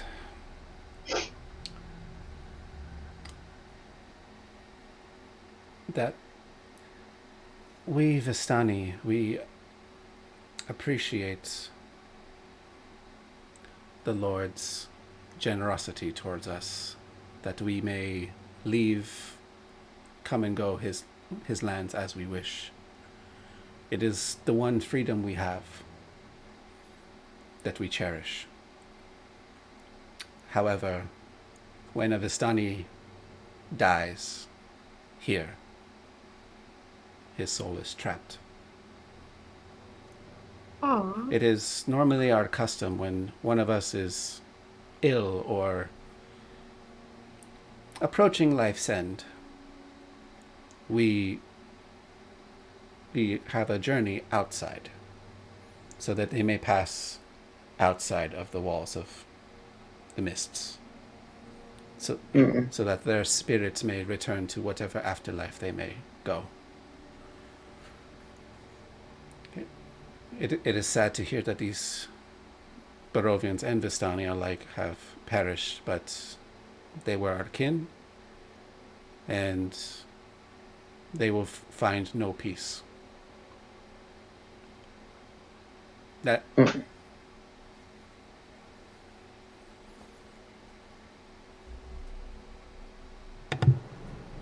Sorry to hear that. It's tragic. and they all raise a toast in celebration that you have returned alive, though very burnt and cold, both from burns and frostbite alone. Weird. Yep. God. Crazy how that can work. Yep. It's like they cheer, and then like the music slowly starts building up again. But it never gets to like a very happy tune. It's just like, all right, let's remember them in as joyous as we can, and then they do their own little festive party as they do. Do you have any parting questions or words before you guys leave this group and return back to your group's encampment? And leaving Pearson, who may or may not show up again. Who knows? I go to Pearson while he's working, and I tap his shoulder and I say, "Thank you for healing me. Can I get your shirt size? Like, I'll make you something." My shirt size is extra large. Just make sure you hem the bottom a bit. Hem the bottom and Extra large. extra stocky. Pat. I'm gonna go inquire with Pearson to see if he happens to know anyone who makes some magical bows. I don't know. I, the player, have no idea if I know anyone that makes magical The bows. magic economy in Barovia is zilch. I do not know anyone that makes magical Anything bows. My magical, apologies. anything magical is purely loot. The exception to that would be like if you had a smith or a monster harvester of sorts, but that will take time and effort to do minor stuff based on what you want from it. So potentially Pearson could make a thing, but it's going to be very minor magical, and it has to be with like what his spells can do. I could make you something for a very reasonable rate. I'm thinking I would like to be able to make full damage on monsters that, because my damage is pretty nice. If it would take full damage. We can talk about this later because it's nearing 10 o'clock. Yeah. We can continue it in the Monster of Sir Falls chat. If you have specific requests, put it there, and we'll work something out about what it is. So you talk about commissioning Pearson to make a thing. Okay. Cool. I like work. And Lucia has commissioned herself to make a thing. Yeah. I would like to talk to Relamir a little bit, but I can shoot you a couple questions later, so we don't sit here and keep. We can do one real quick. I will say this, Lucia. This silk that you have, you could do something with it. Magically? Possibly. Just to be clear, that silk isn't obviously demonic, right? There isn't something clearly, immediately visible that it's like It is super evil. It is unearthly beautiful. That like you everyone like every now and then like does take a look at it and just like because it's changing hue, and the look of it of like as Lucia's holding it, you don't hear that like that fabric like ruffle or whatever. It is just smooth as silk. I don't know. That's the perfect phrase for it. It's smooth as silk. It's the right euphemism. Yeah. No. Okay. All right. That is sus, but not quite sus enough that I'm gonna go berserk. Yeah. Cool. How is it not sus enough when you brought me back to life and I appeared with a bundle? I mean, Yeah, you had a bundle, but I was more concerned with slapping life back into you than paying attention to what you happened to have on your person for equipment. So I didn't have it before. Well, yeah, I'm not eyeballing every piece of your equipment. Fair enough. Should I? I don't know. Do you want me to? It has like fun spell components. I'll take inventory of all of your things. well, I'll say this, Pearson, make me a religion check. As all right. Vale, what are your parting words, or at least part one, I assume. I wanted to ask after all this. By the way, earlier you mentioned that one of my friends was half Vistani. Why the hell Which- did I roll twice? I don't did know. you mean? I don't know, but we'll take the first one. You roll a 20. Sure. So Lucia, I don't have the old art, but Lucia has this choker with like this metal emblem on the front of it that shows a six-digit hand, kind of like in a maybe a choking like grip.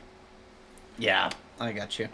There's only one entity really that has like 6 fingers for any kind of symbolism. You know that's to be the symbol of the demon lord of the abyss, Gratz, the dark prince of pleasures and delights. Dark Daddy. A legit demon lord. And like putting like, all right, cool. You saw this warlock, this sorceress, like conjure these demons that fight for her, and she has this imp familiar that flies around. It's like it all like connects and like she worships or serves a demon lord. That that like 2 + 2 = 4 moment does click, but that clicks as you're walking away after thanking him for healing you. He finally went, wait, oh. What have you done? Oh, that's what the fuck that was. I knew I had seen it somewhere. Mm-hmm. And now this demon worshipping And then, warlock like- is just walking away because of you.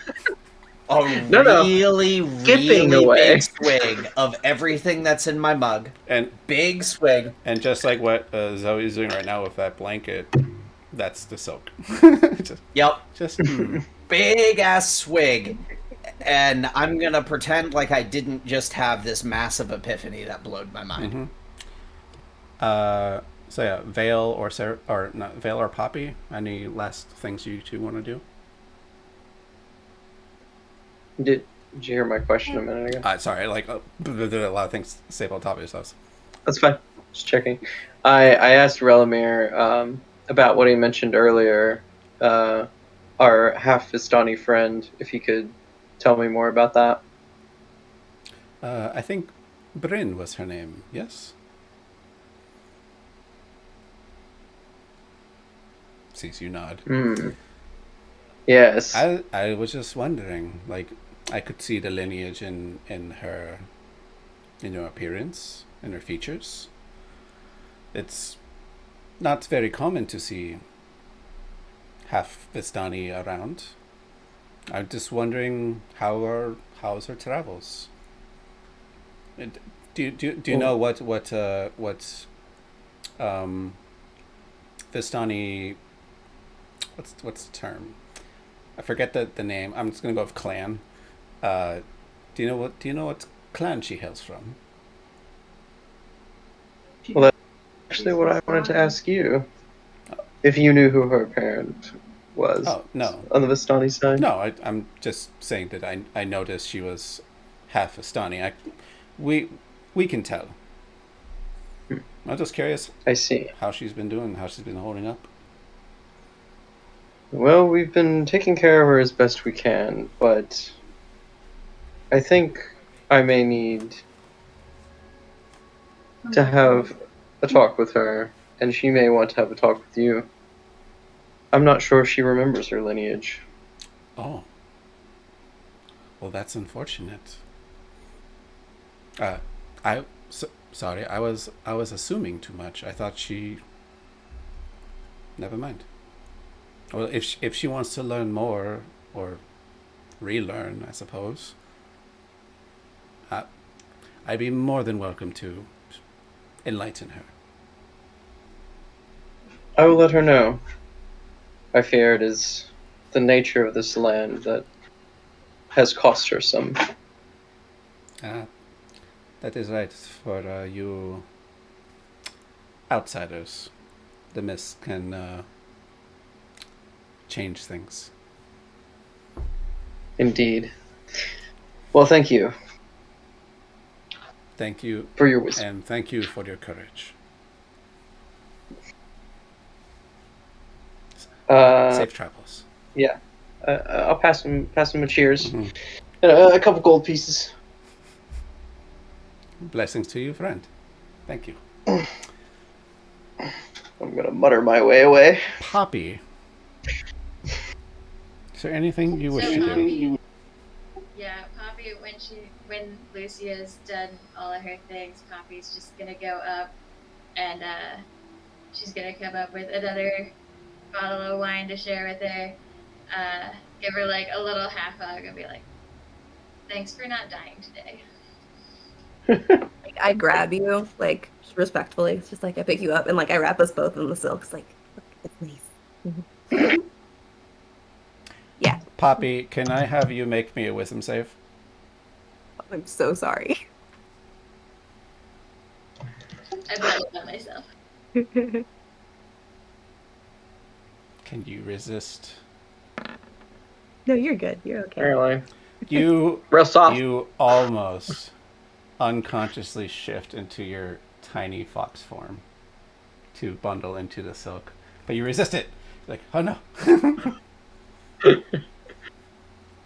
We have wine. I to almost drink. doing. I'm like, hey, I can't drink wine in that form, so like, let's just drink normal. Yeah. I wish to say my goodbyes to Poppy and Halfling like normal and Mhm. chit chat, catch up on Halfling Well, news before. you all are still going together because until Okay. we're done with all the mini orcs, you guys are basically having a super long encampment thing until you guys split naturally. Mhm. But yeah, you guys chit chat with each other. Yes, we shall chit chat in Mhm. Halfling, like Halflings do. Can I have everyone make me a perception check? Yo. Gosh, my passive isn't good enough. By the way, though. the reason I'm not asking about that Do you still want to use your passive? No, it's okay. I'll roll. is because traditionally I roll Oh, I really should've crappy used my perceptions. Darn. So I'm very distracted with everything, and I accept that I just didn't notice the fucking magic silk. Okay. You're just muttering to yourself Well, still. the highest was Yeah. Lucia, and Lucia. Oh wait, yep. Wow. Wow, double. Notice That's pretty good for Double me. digits. Lucia, as the group's walking, I assume who has the bag of holding? You? Okay. As you're walking, as the group's walking, and you're kind of hanging back a little bit, the bag of holding that is thrown over her bag, or her back, you see it's kind of the opening of it like flutter a little bit on its own.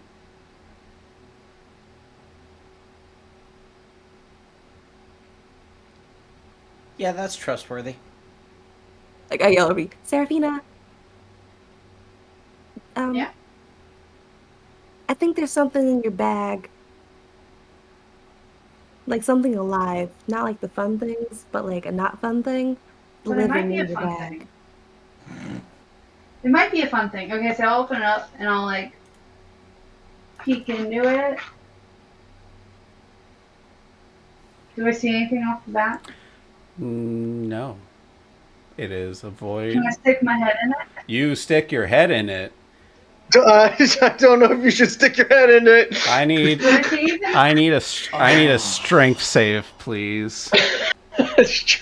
What? Can I have a strength save from you, please? This is where you go messing with magical shit, and you don't know what you're doing with the Oh my magical god! shit. Look at You should What? Okay. So here's how it here's this is what happens, and here's where we're gonna end tonight's session. As the group's leaving, Pearson, you note that the group's away.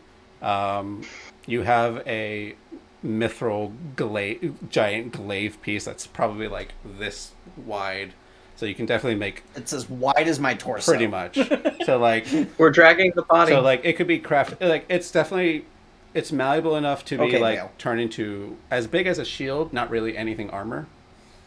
Because it's way too big to do anything armor wise, and you really don't have the tools to turn a sheet of metal into small rings for like chainmail or whatever. That's way too complicated. But like Yeah, it's much more ornate. But I might be able to do maybe a couple of weapon pieces. or one, like one big shield. or a shield something piece. like Yeah, that, you're yeah. thinking that out. You hear the Vistani children again, like doing their like little song and dance thing that they do, and they sing again that tale that was sung before. Have you heard the bagman's tale, with claws that grasp and skin so pale? Thought he might escape the mist, gave his lover one last kiss. At Hag's advice he crawled inside, a bag now forever tied. If your sack whispers, that's a clue, the bagman may be coming for you. And as I remember that song as too. Serafina sticks her head in to look at it. Serafina, where'd she go?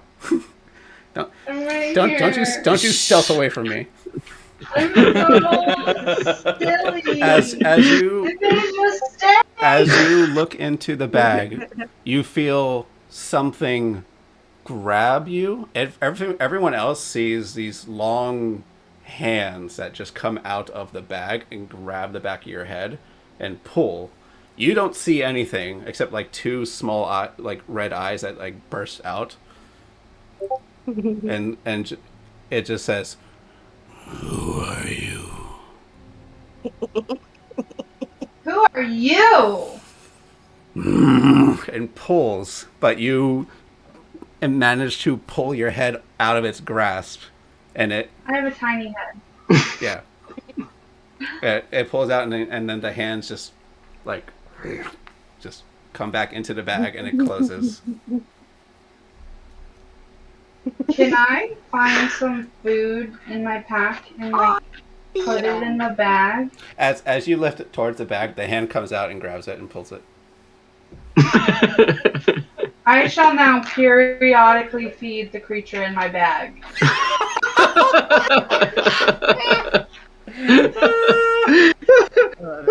You give it a treat. After a minute, everyone like, what the fuck was that? The hand emerges again and just places like 3 gold pieces and then comes back out. Can I feed your bag? You have these, don't you? You do. I immediately just like I set Poppy down and like I go into like my pouch and I grab some cookies and just like I just touch the top with the cookie and then I drop it. See if he picks it up. And I continue to do that. It's like I'll have to get more cookies. Charles is gonna be upset.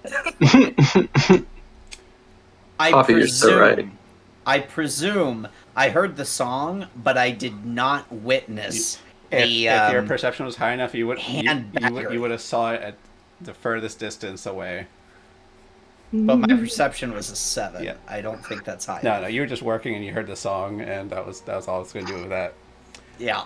Alright, so I didn't see any of that Eventually, through experimentation, you know there is some kind of entity in your bag of holding. It's not always there, and you just know that it wants company. But you resist putting your head or any body parts in the bag from here on out. And in fact, you now learned that like when you want something from the bag of holding, from like your loot or whatever, you have to request it. Can I name it something? Huh? Will I be able to make friends with the creature in my bag? You are not sure.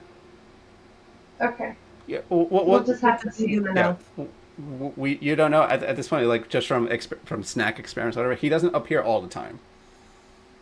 And we're experimenting with snacks. I like it. And that's that. You all return back to your encampment. First off, yes, Poppy, everything is a fucking trap. Second off, leave it to Seraphina to not only stick her head in a bag of holding, a magic void, like a black hole. So, like, I love that you blame. I've been thinking about what would happen if I actually could a halfling crawl into the bag of holding? Oh, maybe. So easy. But then also try and make a pet out of the boogeyman. Like why wouldn't you want a pet out of the boogeyman? A normal medium-sized person can squeeze into the bag, like their shoulders can like maybe uncomfortably get in. You and Poppy can easily just jump in, no problem. I love that you blamed Poppy for questioning you about everything being a trap when I did that. No, I was agreeing with her comment in the chat. Oh, she said everything's a trap, and I was like, yes, yes, everything is a trap. Always a trap. And I thought, no, that makes sense. And we return back to your encampment with loot in hand. We will discuss how loot is split up. And yeah, Pearson, I'll leave this with you, Jack, for now, since you are the guest character here. After repairing the wagon, Thank things, God. they will escort you back to Valaki because it's dangerous out. Even though it's less dangerous now, but let us give you a ride back, friend. It's courteous. As Appreciated. you arrive back in the town of Valaki, you start seeing now established posters. It's an increased amount of patrols in town. These posters have illustrations bearing some of your in fact, all your companions here, plus extra that you've met before. Wanted. Yeah. Dangerous. Alert the guard. Do not engage. Any assistance, you will be incarcerated and sent to Castle Ravenloft. Sorry. Signed, Burgermaster. I forgot his name. I know his name's Sasha now. The Holy Man Priest. Signed, the Burgermaster of Valaki. Burgermaster? Sorry, I think I'm hearing that wrong. Nope. You're not hearing it wrong. It's more Burgomaster. But Oh. Yeah. Okay. The mayor. Not the master of delicious hamburgers. Not master of burgers. But yes, now I see. Yep. Okay. Yeah. Yep. Not that that really changes much of your opinion on them. Of course. Given that you saw at least half of them kill the last Burgermaster of Valaki in a public display. You saw me do it. You saw Charles. Specifically, Charles do it, but by association, it is Lucia. Right. Led a whole revolt and everything I already told you about Valaki. So, like, that's fine. If anything, it probably gives them more cred that, like, okay, they're here to do good, even though that good was sometimes violent. But do that as you will. You just know that the town of Valaki has warrants out for them, effectively. Well, not even just the town, because the authority that wants them is the castle. Mm-hmm. So that means someone in particular wants them. And we all know who. Exactly. Do I know shall not be named? As you go through the town gates of Valaki, there are, of course, like guards that, question what's going on, etc. They want to know, what business did you have outside these walls? Well, I had that wagon to repair, and there was a investigation into some missing children that I helped resolve. We're appreciative of your efforts. Have you seen these people? Oh, and presumably it's literally the poster I was just eyeballing. Yes. Way to force me to make a decision right now, Serge. Well played. Yes. And here I was like, oh, I'm going to take some time to think about this. No. No, I have not seen these people. Make a deception check for me, please. You got it. Dun, dun, dun. To be fair, he hasn't seen all of those people.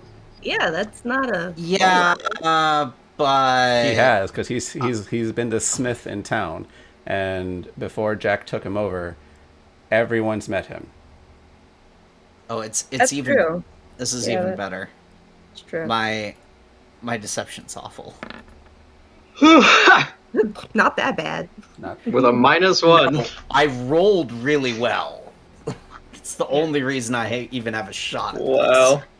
this. All we need. fair. Fair enough. So the guard's like, very well. Enjoy your stay.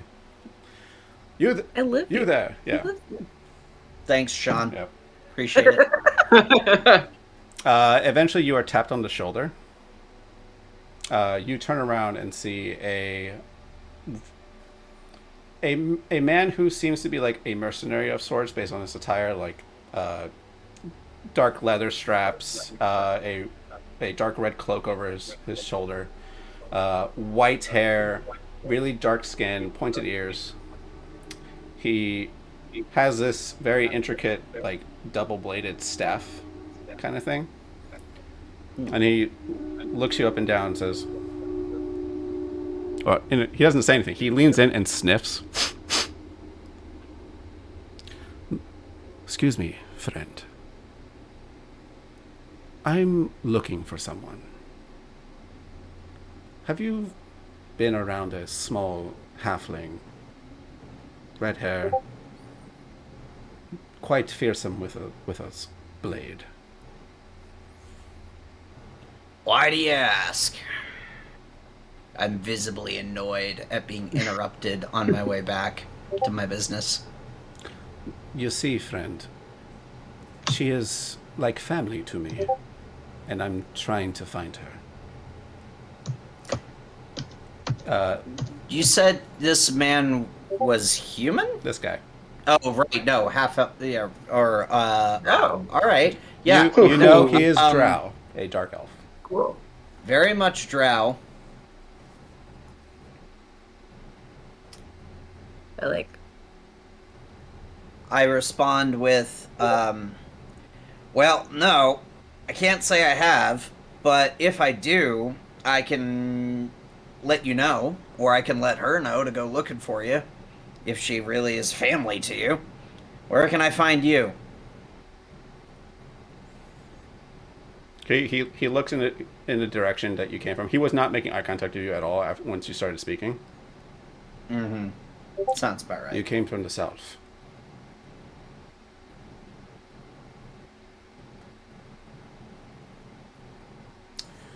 Thank you for your help. And he walks past you. Hey, asshole! Do you actually want my help or not? He stops, turns. I already have all the help I need. Thank you. And he heads towards the Vistani wagon that was starting to leave. That's that. He starts chatting with some Vistani in a much more polite attitude than he had with you. He hops on their wagon, and they leave. And only one person here knows who the fuck this is. And we will continue this another time.